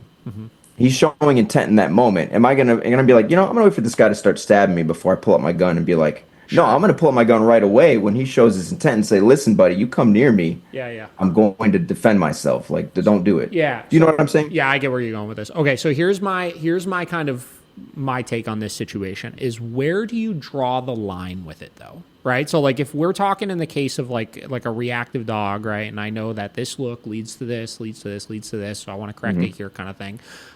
We could talk about why I think in some cases that could be problematic, obviously, but like, sure, whatever, go for it. It will work with some dogs. I always tell everybody that it will absolutely work with a lot of dogs, probably, right? That being said, where do we draw the line with it? Of, do we start saying when my dog is thinking about jumping on me, I just start disciplining them for that? When my dog is thinking about, if they're thinking about breaking a command, do I correct them for that? You know what I mean? Like, where do we draw the line on it? Because I use the example of like with myself all the time. Like, I'm sure on a day-to-day basis, there are numerous thoughts that go through my mind of thinking about doing something that I probably shouldn't do, no matter what, like, intensity or severity that thing may be, obviously, right? Yes. But if I started just but I don't act on those things, so like, is that really a problem that I have those thoughts that happen from time to time, right? Or is it the actual action of doing that thing? And even furthermore, when you get into like looks and weird vibes and stuff like that, I just look at it again from myself and from my human experiences of, in many cases, when I'm starting to get like agitated or aroused or frustrated or whatever it may be, it takes a while before I even become like aware of the fact that I'm entering that state of mind. You know what I mean? So like, if I'm getting corrected for things, or in the case of dogs, if they are getting corrected for things that they cannot really quickly and clearly connect the dots of what exactly it's for, you run the risk that it will do one of two things, in my opinion. I think in most cases when correcting like loading and stuff, you get into this situation where it works because you are getting the dog into a more suppressed state of mind, where again, I don't think they're connecting the dots of like, oh, I looked at this dog wrong and that's why I got a correction for it. I think they're just like, you know what? There's definitely some accountability happening right now, and I'm not even saying this is bad, right? Like, because again, I used to do this like way back in the day, also. But they're entering this state of mind of being suppressed because they're not sure where and when they might get corrected, so they just stop doing anything but stay. Hey, I just gotta pay attention to him right now. Which you make some good points. Go. Were you finished? Or the second thing that second potential downside that you could run into. The first one, I guess you could say, like I said, in that case, like, sure, it worked, but like, I don't like that. I don't want my dog to be necessarily in that state of mind. The second one, which I think is the more problematic risk you run into, is when you have a more we'll use some of your terms, like assertive or dominant dog, right? Because you're correcting them in a way where they can't connect what it's for, they start viewing it as just this basically unfair thing that's happening, where they're going to try to seek a solution for it through redirection or other ways that they might try to start pushing back on you, because they can't clearly connect the dots that these consequences are for this specific thing, right? So that's kind of my problem with it. Right. In a nutshell. And you make a good point about, and I hadn't thought of this. You make a good point about like, well, if my dog is showing the intent to maybe jump on me or leave off of a particular, we'll come back to that. That's good points though. But I guess specifically in this context, just outside on the leash. Sure. And I agree with, and that's why I don't, because I used to do like leash pops and correction and then focus more on that. And I agree. Like, if you have a more dominant dog, you kind of jerk on that leash, they're coming after you sometimes, you know? And so I want to avoid that escalation. So like with Cooper, I always start, like, they used a harness and I always say, well, let's go to a leash and collar and let's see. Using a leash to me is like a skill set in of itself, and it's like one of the most difficult things to teach people how to use a leash effectively.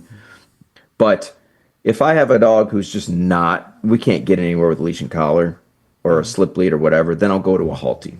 Yep. And so in Cooper's case, because my goal, rather than correcting, and you could say it's a form of correction, but rather than say like applying like a physical discomfort to try to tell the dog in that moment I don't like that, I'm more focused on redirecting them to prevent that escalation. So I'm never allowing them to, as you would say, rehearse it. So as soon as the dog looks, I redirect. Focus on me. Let's keep going forward. And then every time, as long as I time things correctly and I'm consistent, then now I can start to give a little bit of room to the dog to show me, because you said, and I agree, it can be hard to distinguish between, like, is the dog fixating or is it just showing interest in something? And to me, I think you can be able to gauge that, but there's a few things we have to do where, first, like from dog to dog, I want to see, all right, when this dog looks this way at another dog, what does it do next? And then I can begin to distinguish, all right, that look it gives that dog, I know what's coming next. And so now I can address that. And then once it starts to show me that it's going to kind of fall in line a little bit, then I'll give it a little bit more room and give it the opportunity to show me, like, all right, you look at that dog, what are you going to do now? Or is that more of, are you looking just because you're acknowledging, or are you interested, or are you going to act on this? Yeah. And so when that dog shows me consistently that it can look and just break focus on its own, I know we're getting somewhere. As opposed to the dog's fixating and now it's going to go after it. There's that escalation that follows. And I know we still have work to do. Yeah. Like my dog, if you see, like when I take her out, there's things she's constantly kind of like interested in and perking it, but she doesn't move towards them. Yeah. And so that's where I'm like, then I'll allow that, because clearly your intent is, I'm just acknowledging this thing, I'm interested, but my intent is not to move forward towards it, because I wouldn't allow it. I don't want that. Unless sometimes I let her chase a bunny. It's like, have fun, whatever. But there are moments where it's like she knows that the first expectation is I don't do it, but if I give her the green light, like, go ahead, whatever. Yeah. So it's kind of an experiment a little bit to see where's that line between the dog. Yeah. Did you see what I'm saying? Yeah. But if I understand, just one more thing real quick. Yeah, you're good.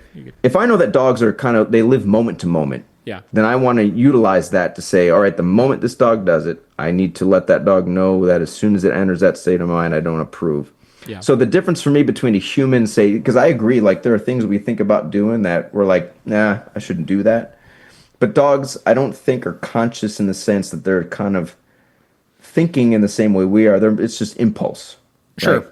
So if I address it when that impulse is showing itself, again, that intent is there, then it's not so much of a conscious thing with the dog. It's just like, oh, I see this and I move. It's just it's like a reaction, Yeah. Yeah. I mean, I agree. The last part that you said of like, of how they think and perceive things.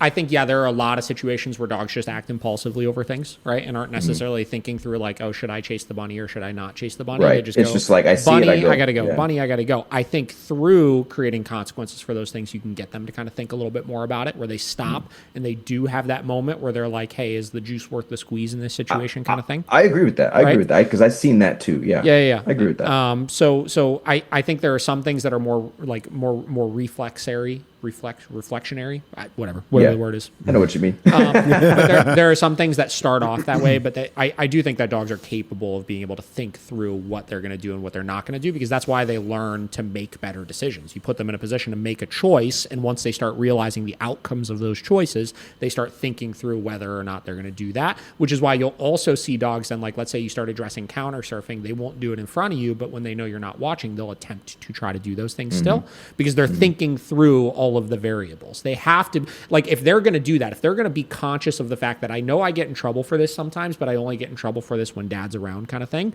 at least initially, until they realize that we'll still keep them accountable in those situations too.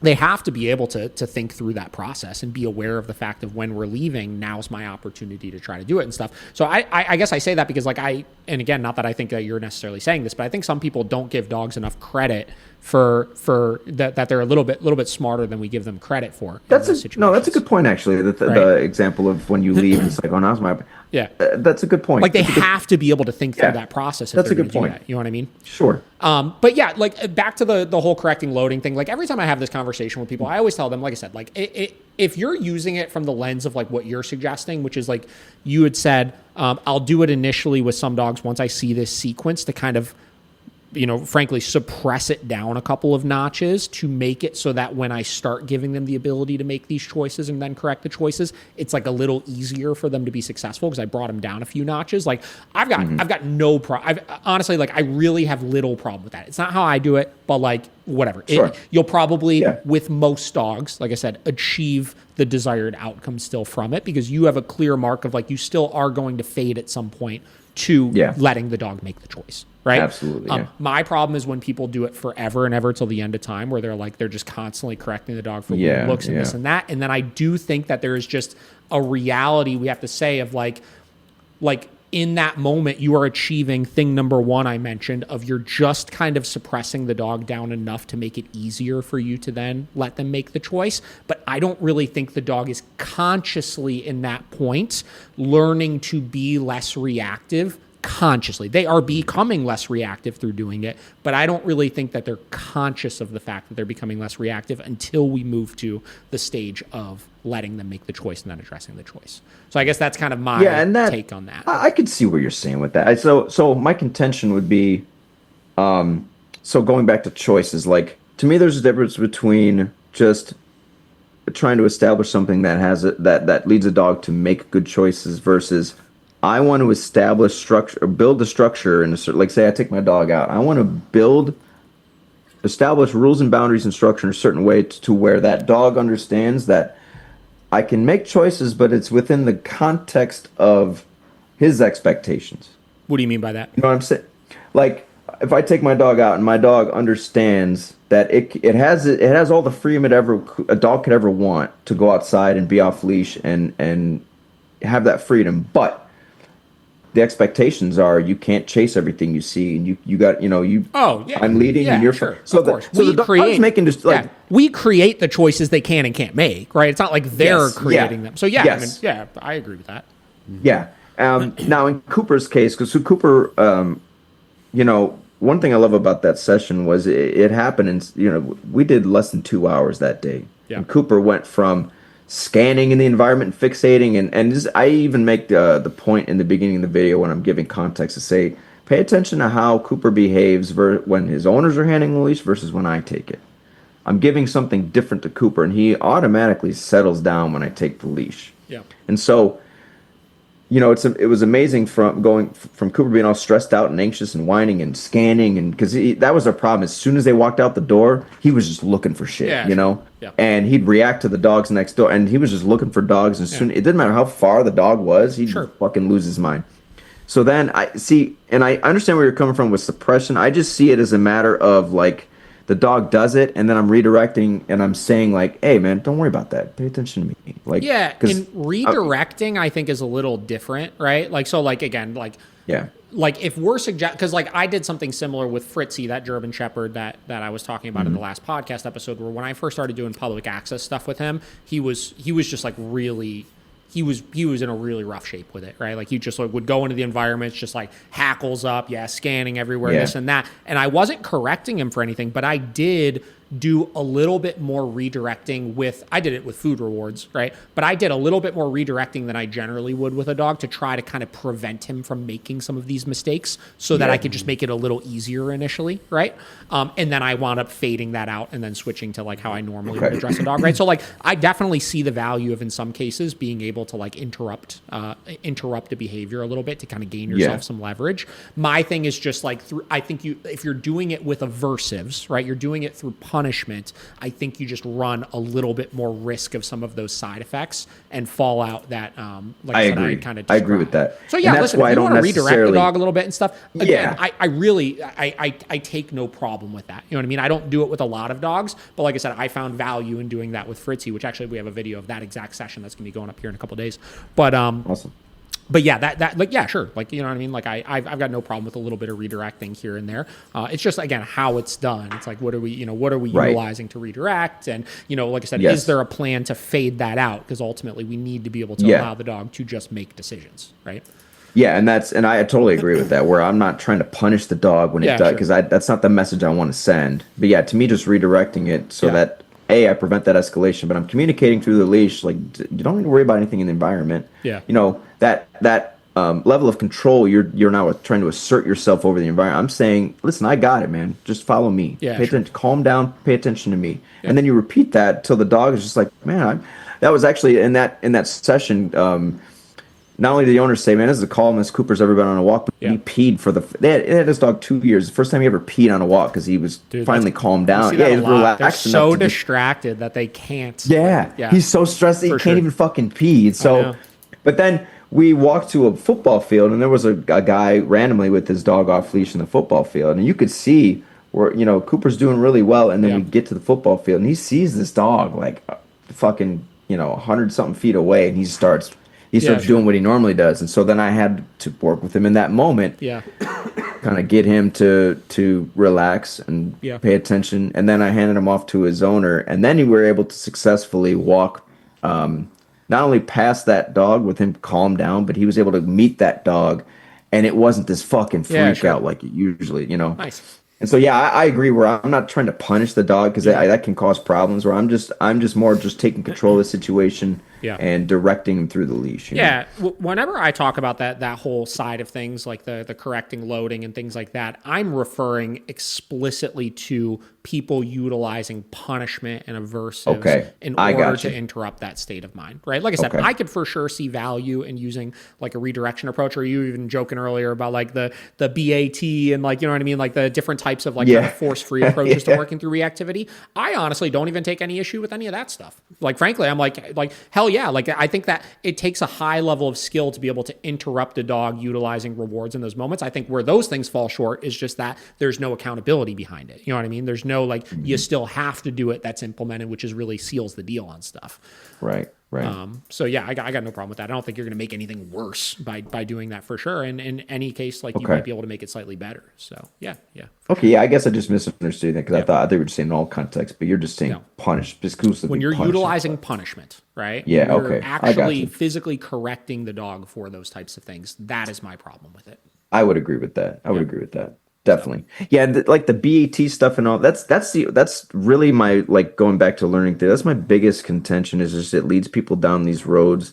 And I actually found one of your really old videos on a different channel where you were talking somebody was asking you about counter conditioning Yeah.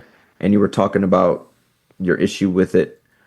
And I thought that was actually really interesting. But I think because if I have a reactive dog or an aggressive dog, and I know the issue is the dynamic that has been established, and I try to go down these roads of counter conditioning and BAT, and to me that's like your focus is way off in left field when it should be like, what did I do to create this dynamic where my dog now is just taking the role of being the assertive one outside and trying to assert itself towards everything in the environment. To me, that's like Yeah. the source of the reactivity. Whether it's fear, insecurity, or dominance, it doesn't matter. It's still this issue is still a dysfunctional relationship. You know what I mean? Yeah, and with counter conditioning, right? Like I do my own form of counter conditioning, right? I think, and I don't even know if this would. I actually probably should look into this. I don't know if this technically fits within the universally recognized definition of counter conditioning or not.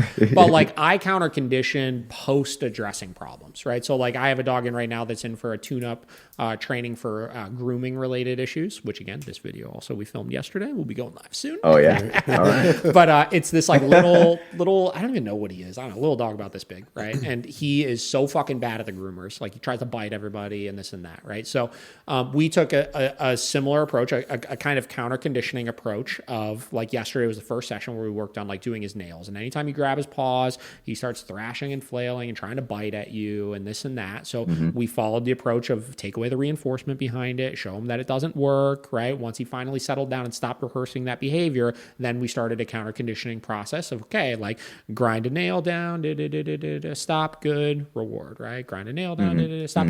And through the session, you could see he worked through being horrible and trying to get us to stop doing it, to he was then being compliant and letting us grind his nails, to then he was starting to actually enjoy the process a little bit, right? But counter conditioning from the traditional sense is constantly only keeping the dog under threshold and trying to raise the threshold through working the dog up. You know what I mean? So like in his case, like I would see, okay, well, your threshold is when I hold your paw. So let me start by just touch, paw, reward, touch, paw, reward, touch, paw, reward, and then slowly building up to holding the paw. But you're constantly trying to like walk on eggshells around the you're issue. tiptoeing around You know what I it, mean? yeah. Where at a certain point, the dog has, or not at a certain point, constantly, the dog never learns that there are going to be some situations where I still just have to do this, but I can make it a more positive experience for you, right? So I take that approach with my counter conditioning, if you will, as opposed to the traditional sense of it. And that's where my problem with counter conditioning lies.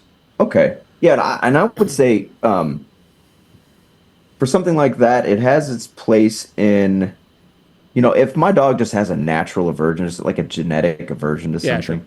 I have no issue with trying to condition that dog to have it feel Sure. differently about Yeah, something. sure. And that's where I think it should be utilized. And to me also part of this issue is when people will say, they'll use like the selfish child analogy to explain all behavior. That's to me that's totally inaccurate. Or if I have a dog who's like that, where they just have a natural aversion, Yeah. it's not like this big control thing where the dog's being. agree. It's like Yes. my dog's just scared of this thing. Yes. That is and my- that. That's my problem with Dale and the argument we had is like everything is like dogs are just trying to get their way on you, which I don't see that to be the case agree at with all. that. Yeah, I don't agree with that at all. So, yeah, because there for are sure. some dogs who just they don't want to be in control, but Yeah. because the owner's not Yeah, doing yeah. enough, Yeah. the dog's like, well, fuck, I don't want to. I'm stressed out because I got to run all this shit. Yeah. The dog doesn't want to. Some dogs are in that position, and we have to approach things a little bit differently with them. They're not. They don't want to be selfish. Yeah, I agree You know what I for mean? sure. Yeah, yeah. But yeah, that's the way I see it. And then in that sense, yeah, I would say like let's help this dog feel a little bit differently about this thing that it's afraid of. Hell yeah. Now, can I ask? Because I watch some of these podcasts, but nobody really seems to ask Josh. And because I know Ask Josh, away. you're a dog. Josh loves I know talking. you're a dog owner, Josh. But like, you are a dog owner, correct? Yeah. Yeah. So like, what's your take on everything, or like what you, especially like stuff that happened yesterday, or even this conversation or previous debate? Like, what's your opinion on things? Well, I mean, I was kind of been over here thinking like, because You had to usually, clear the throat out. Get ready. I know it's yeah, been like yeah. No, well, when we have like, not that this was an actual debate, like, but when you guys are talking, I'm just soaking it in myself. So I love that. I love that. Yeah. Well, first of all, who's behind you on the bed? I saw. Oh, that's my dog, Grey Goose. That's your Yeah, dog, you want to Grey- see her? Yeah. That's my dog, Grey Goose. She's just chilling out. Just chilling out. Yeah. bro, typical She's, pit bull fashion, just sacked out. I've had people ask me when we're walking, like, is that a little pit bull? I'm like, no, she's a micro American bulldog. Oh, okay. She looks like a pit. Yeah, yeah. Now Yeah. she might be mixed. I don't know. She was Who found as a knows, stray. man? I don't know. I just call everybody gets mad at me for this too because I just call them Yeah. all pity mixes, right? Yeah. If they got Right, that big right, ass yeah. blocky head and you didn't get it from a breeder where it is a particular breed, dude. Mine, I got one downstairs. She's doing the same fucking thing. I'm sure. The other day, my yeah. wife was home from work and she told me she was like, literally for 9 hours, this fucking dog just laid in the same exact spot on the couch. And then I got home from work. She got up for a second and then went right back to it for the rest of the night. Yep. They're the laziest goddamn dogs in the world. That's this fucking girl right here. It's the best. Yeah. Because I'm fairly low energy myself, so it's nice. It's like, we go for our long walk, and then, if the weather's nice, maybe we'll go out a little bit again in the day. But most of the time, like I'm working on the computer, we're just hanging out. Yeah. Like I want it calm inside, and she's perfect for that. Yeah. Match made in heaven, right? Anyways, Josh, Absolutely. go ahead and continue. Yeah, no. The second thing is, I'm sure he gets tired of it because I parrot this all the time. Like ever since he showed me, because I had never heard of Brandon Fouché until I don't know what podcast episode was it. Probably 2 years ago. Almost, Yeah, that we did at that least 2 years Yeah. ago. But It was a little while ago, yeah. yeah, I mean, there was something about those videos for me as not a trainer, and this is as much as I get of dog training is just listening to these podcasts. I don't know. There was just it just stuck with me so hard. I think how simplistic those original videos were, but the obvious like results that he was getting with these socializations with these dogs, Yeah. and the hierarchy, and we had a whole like I think we broke down. I think it's 3 episodes of just like what is the dominance and the hierarchy Yeah. and things like that, and that's always stuck with me. And like when we talk about a lot of socialization stuff, I always bring it up. I'm like, oh yeah, remember that Brandon Fouché video? Oh, that's So great. he's probably That's great tired of that me he- saying it, Yeah. No, I love that it had that impact on you because the Brandon has a way of talking where you just can't help but you're like I Yeah. just want to keep listening, Yeah. Yeah. He's very he just well has that spoken. way about him. Yeah, and Yeah. he just the way he speaks, it kind of engrosses you. Yeah. Yeah. But that's like with my dog. When my previous 2 dogs passed away, I didn't get into dog for 2 years, and I knew, all right, my next dog is going to help me with other dogs, and so it was kind of like I was going all in on like what Fouché does, and so she's small but mighty. Like there has not been a male dog that's come in here that's 4 times her size that she is not dominant. Like she is just stronger than all of them, and that's what I needed her for. And so when you see guys like Beckman and how they use Prince, I use her in the same way. Yeah. Her social skills are just fucking impeccable. So I guess what for you, Josh, what has like what Brandon has taught you has that made more of an impact on how you approach handling your dogs? Or Yeah, I would say so. We just have one, a little Australian cattle dog. oh, okay, all Bender. right, But also when we got him, my girlfriend, she worked at the old company that David worked for. That's how we met, actually. Thanks, David. okay, The matchmaker. So they were more geared to like a daycare type center towards the end of it. And so he grew up kind of in just a giant pack all day because he would go to work. Okay. With them, and it kind of just correlated naturally, like what Brandon would say, because he just learned how to deal with dogs. Like he grew up with, like the first year and a half of his life, I think, until she quit. I mean, he was in with, I don't know, how many dogs would they have there? Yeah, like 30 or so. At least 30, Yeah.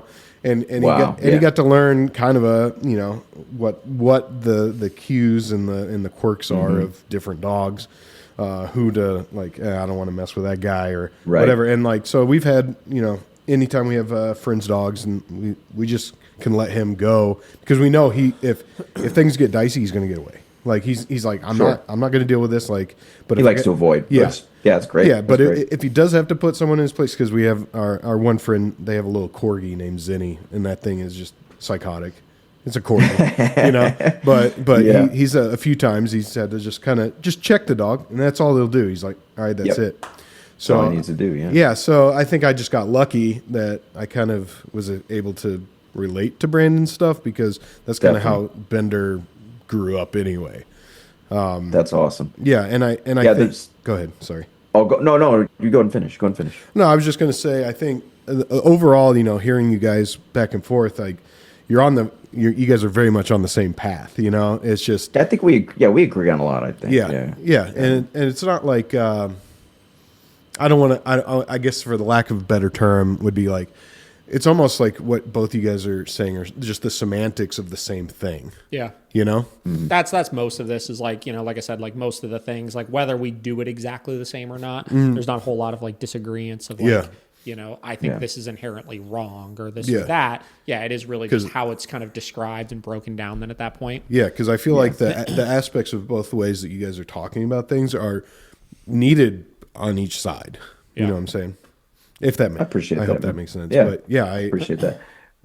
No, and to your point with your dog too, it's like there's something really I love to watch it where dogs just put this pressure on each other, and it, like Brandon says, it has a way. Like if you have a group of well socialized dogs with good social, it just has a way of balancing. They balance each other out, And so you've I'm sure like you've seen with your dog where it just. I even had one of my most successful clients was like a chocolate lab.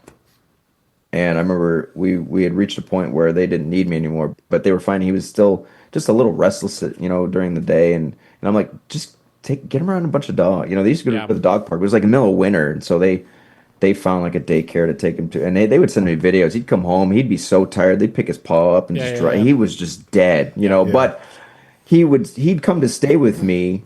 And I remember in a matter of 3 weeks, when they first started taking him to that daycare, he had stayed with me at the beginning, and then he'd stay with me 3 weeks later. And I saw the maturity even in that 3 week, just from him going and spending all day with a bunch of dogs. It really does benefit you too. And it's like where, to me, correct me if I'm wrong, Dave, but like your videos where you're doing socialization, it seems like you've taken a lot from Brandon in that regard. Yeah, that's kind of it's so funny you're like kind of bringing up some of these things because like the last thing that I was going to kind of close with is like biggest takeaways from like some of the people like Brandon or Caesar or things like that. Sure, yeah. And like for me, like when I think about like Brandon Fouché, like I went through like a strong kick where I was like watching all his videos, really into it, and like really adopting like as many of his principles kind of as I could. And as I've done that, there's definitely, and we won't get into this because it'll take 4 more fucking hours to talk about. But there are absolutely some, and I think you just go back to the episodes I did about him. I'm sure I talked about this stuff. There's a lot of stuff that I'm like, like I'm not sold on it still anymore. As far as like kind of what he's doing and some extremes that I think he takes with some things. But the biggest takeaways that I had from him that I would say I still kind of implement is the importance of socialization, obviously, which I always knew, but it just really highlighted like how dogs can really help each other overcome a lot of these hurdles, which kind of leads to the second thing, which is in socials, letting shit play out way more than I used to. Yes. I think historically there was a big problem in the dog world, and there still is when people are running socials of just micromanaging it too much, which creates more they're problems. afraid. They're afraid to let things play out. Exactly. Exactly. I think that's one of the biggest things that I've kind of taken to this day. And then, like the kind of, and again, this is something I always did, but like put even more of a highlight on of like focusing first and foremost on communicating your boundaries, right? So he always says like, leaders only tell no, right? They don't say when they like things, they only say when they don't like things, which like I said, I think that's kind of one of the extremes I take a little bit of issue with. But as a core principle, setting your boundaries first and foremost and just communicating the things you don't want your dog to do, can create and heed such like drastic results in a very quick period of time without the need of all of this other stuff that we tend to complicate things with, right? Yeah. So those are my kind of takeaways from when I was really interested in the Brandon Fouché stuff, that I would say I implement still to this day is kind of those three things. I mean, even that even that Fritzy dog. Yeah, like that sure. first socialization video you put, like day 2 or whatever. Yeah. Like, I mean, it was just kind of letting stuff play out. Letting it play out. Letting them work through it. And for sure.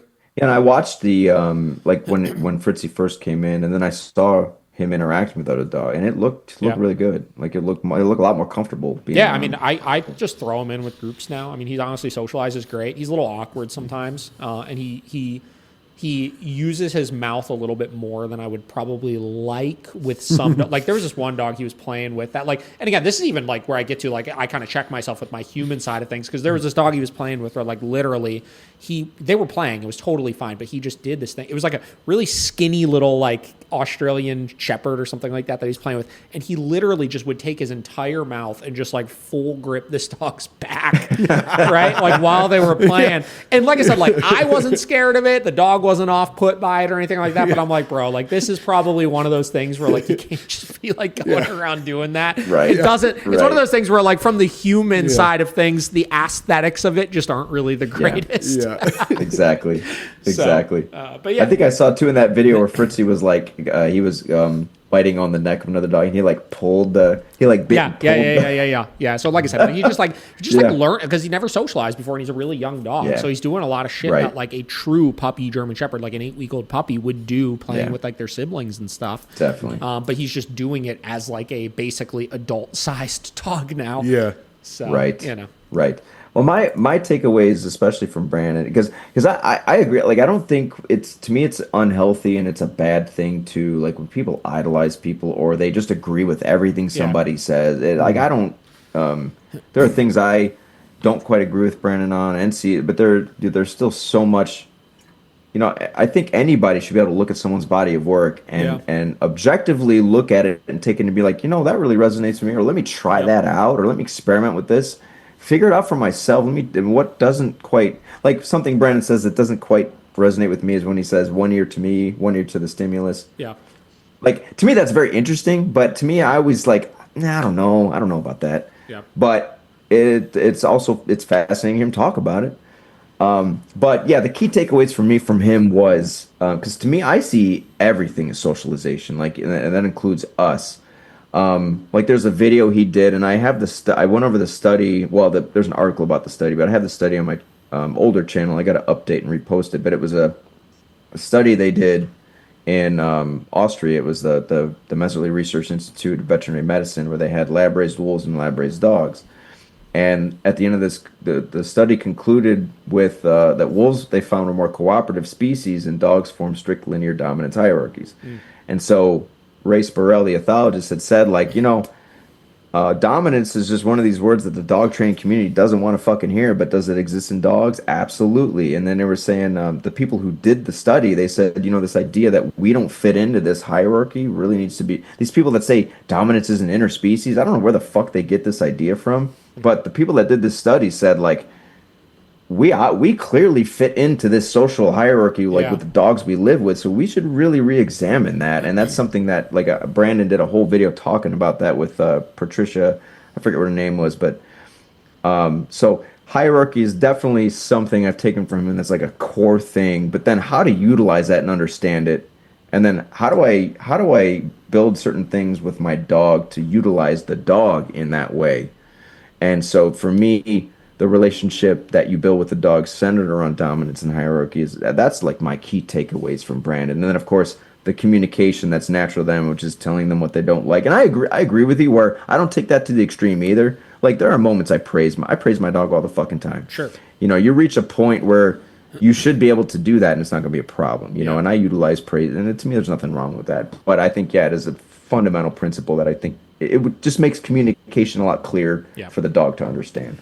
Yeah. Yep. I'm curious when you say the one ear to you, one ear to the stimulus thing, that doesn't resonate with you. Because that one actually I would say is another, I think I was kind of like saying it in a slightly different way like before, but that's something I actually like. I think I totally get where he's going with that. What's your take on that? What's your issue with that? I just when I see the dog doing it and then he says, "All right, one ear to me, one ear to the stimulus." Sometimes I see it and I'm like, "But is the dog intentionally like keeping one ear to you and what, or is that just kind of where the dog's attention's at?" Because like for me, for my dogs, do you mean like quite literally like when the ears are the way the ears are turned? Are you saying? Yeah, because he'll say that when the dog's like looking at sure. you know, and he'll say one ear to me, one ear to the, and I'm like, I don't know, Brandon, I don't know, because for me, like my dog will look at me like when it wants to, you know, and so I pay attention to that really. Then so I guess my interpretation of that and the way that I coach it to my clients is I always want for my dog to have one ear turned to me at all times, is what I used to always say.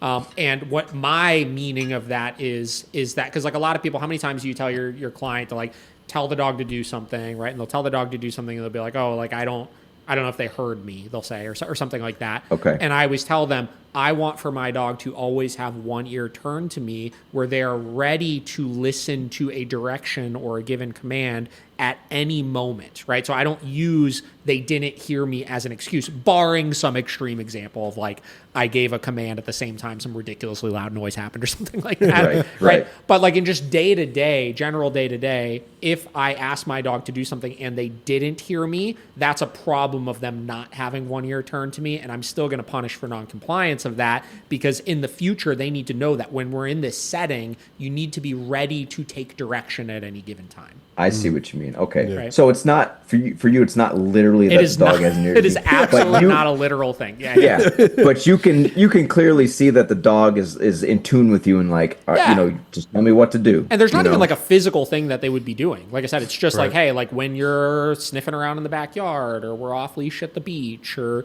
whatever, or people are over the house or something like that.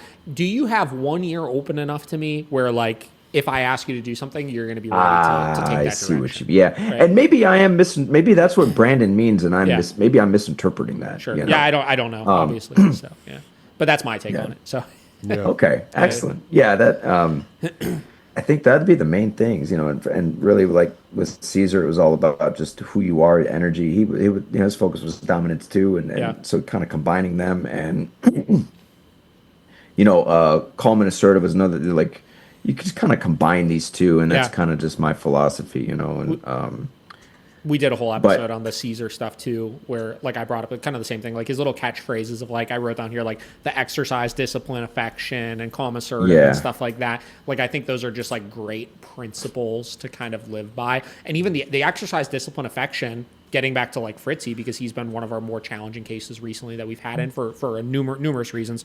But like that is something I really needed to kind of get back to, like being very mentally aware of, is that like, yo, this dog, like obviously exercise is important and we always strive to provide exercise for dogs, but this dog has this need for physical stimulation that's so much higher than many other dogs that we've worked with in the past 6 months, year, something like that, where I've needed to not just provide exercise through going and training and stuff like that, like I historically would do with dogs, but I needed to designate times to like, hey, yo, before we start our training session, like we're going to do this intentional exercise, right, with you to burn off some steam and get you prepared for the work that we're going to be doing with you, right? So like just, having it broken down, it's funny, like even my training sessions are kind of structured of the mindset of like, let's get some of the exercise out of the way, then let's focus on like the discipline through like the actual training drills that we're going to be doing and stuff like that. Then we could focus on the fun stuff and like let you loosen up in a social, or we could go hang out in the break room and, pet and, all that kind of stuff and everything, right? So those things are really important, I think. That order of things I think is great. And and I'm sure you would agree with this, but I think because it's something that Caesar teaches too, that when you put it all together, he's not saying exercise will solve your problem. No, of course not. And a lot of people, I think, they'll try to use exercise, and that's not going to solve your problem. Yeah. But he's trying to use it as a way to, like, let's satisfy these instincts so that we can tap into the dog in a much more effective way. 100%. And for like what I love about Caesar is it is all about the interaction, and power struggle is a big part of that. And it's who you're being in that moment, the way you're communicating, calm and assertive. It's also the no touch, no talk, no eye contact. All these things that get people into trouble where they create all this excitement in their dog, and it's like, and then they wonder why the dog behaves bad. It's like, well, you did this, you got the dog all riled up, and then you wonder why it doesn't do the right thing, but Caesar's so focused on the state of mind, and that was something that the big takeaway for me is like I'm always looking at, okay, the behavior to me is important, but what state of mind is it stemming from? I want to address that. You know what I mean? Yeah. But it's funny too, because Brandon will say like in the wild you don't see cheetahs like running laps to get their exercise in. They use their energy to hunt prey, you know, and so I kind of adopt both, where it's like exercise is important, but I also see his point where it's like it's a predatory animal, and there are certain things I don't want to necessarily tap into that drive too much where I'm like making a better predator, but I also need to satisfy these innate instincts in this dog that any animal needs to be satisfied. To your point, right? Like like exercise doesn't solve problems, because like if you rely solely on that, like you said, you will create just a bigger and better athlete over time, and it gets harder then to address it and stuff. But at a certain point, we look at like, I posted a video of Fritzy on the fucking slat mill, like, and he does that every morning. I love it. I watched that. I love that. He loves it. He's having fun and stuff on it, and it's like we can't also deny that, like, if we don't provide a proper physical outlet for him to have, it's just going to make your life harder in the future, right? Right. Yes. Right. Like I always say, like, a dog having a lot of energy is not an excuse for them to start misbehaving. Like, I still hold like my Malinois to the standard, and I did when he was younger. He's obviously a little older now, but of like, if I have a busy week at work, right, and we don't get to do quite as much this week as we would historically like to do, that's not an excuse for you to like tear apart my fucking couch and like, start getting into stuff and start jumping on people and getting reactive and this and that, right? Like, you still can't do those things, but I'm going to try to meet you halfway and provide enough physical exercise where your urges to do those things are slightly lower, so it's easier to hold you accountable for it, right? Absolutely. Yeah. So, and there are just some dogs where that, like you said, that drive is so fucking high, and they just wake up with all this, like, you got to do some of this energy, and I get that, you know, and it's like, it is a part of the puzzle. Yep. Hell yeah. Well, listen, man, 2 hours in, I think that's probably a good place to wrap up. Definitely. I think this was a solid conversation. I agree, man. Anything you want to leave? Any parting words, or you obviously feel free to tell people about your channels and stuff and all that good stuff. I think I've said everything I wanted to say. Yeah. If again, thank you so much for having me, man. I really, really appreciate it. For sure.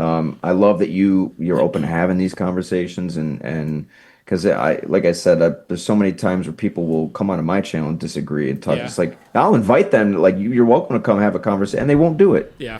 And it's like, why even bother then? And you're happy to make video after video on your side of the woods, but then you won't, like, if I invite you to discuss it, you won't, you act like a coward about it. Yeah. Like, why? I don't get it. So I think, there's, I appreciate, you're obviously confident, and you have an understanding of things, and you are able to have those conversations, and I really respect that. So I really appreciate that you have these dialogues with people, and you do offer, like, if you disagree, well, let's discuss it. Yeah.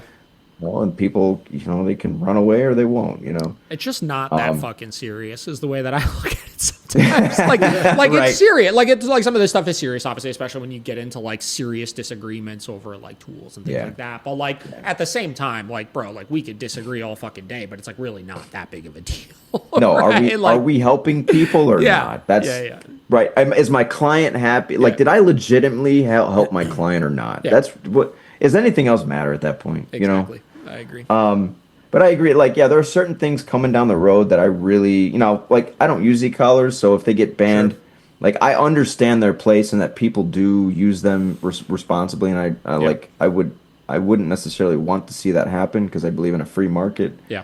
But the force-free people are obviously kind of gaining ground with that, and it's like, I wish that wasn't the case. Yeah. But We'll see so what certain happens, you know? conversation, and those are the people that are never willing to engage, unfortunately. Yeah. But I agree. I think people make too big of a deal out of it. Like with the bunker, they make too big of an issue out of things, and it's like, look, can we just calm the fuck down for a Yeah. second? And like Yeah. nobody got hurt. Like Yeah. there are bigger fish to fry than this. Yeah. Right. So, but anyway, thank you again. And my channel is Act Like a Human, Think Like a Dog. Anti-dog trainer is my tag. So if anybody wants to go check out my work, really appreciate it. Again, thanks so much for having me, David, man. It's been awesome. Yeah, no problem. I will shoot you an email and keep you posted when we're getting stuff ready to start posting and everything, and we'll see what we want to do from there. And we'll talk again soon, I'm sure. Yeah. All right, sounds good, man. All right, Josh, great talking to you as well, man. Have a Nice to good day. meet you, man. Yep, we'll see you. You too, Bye. man.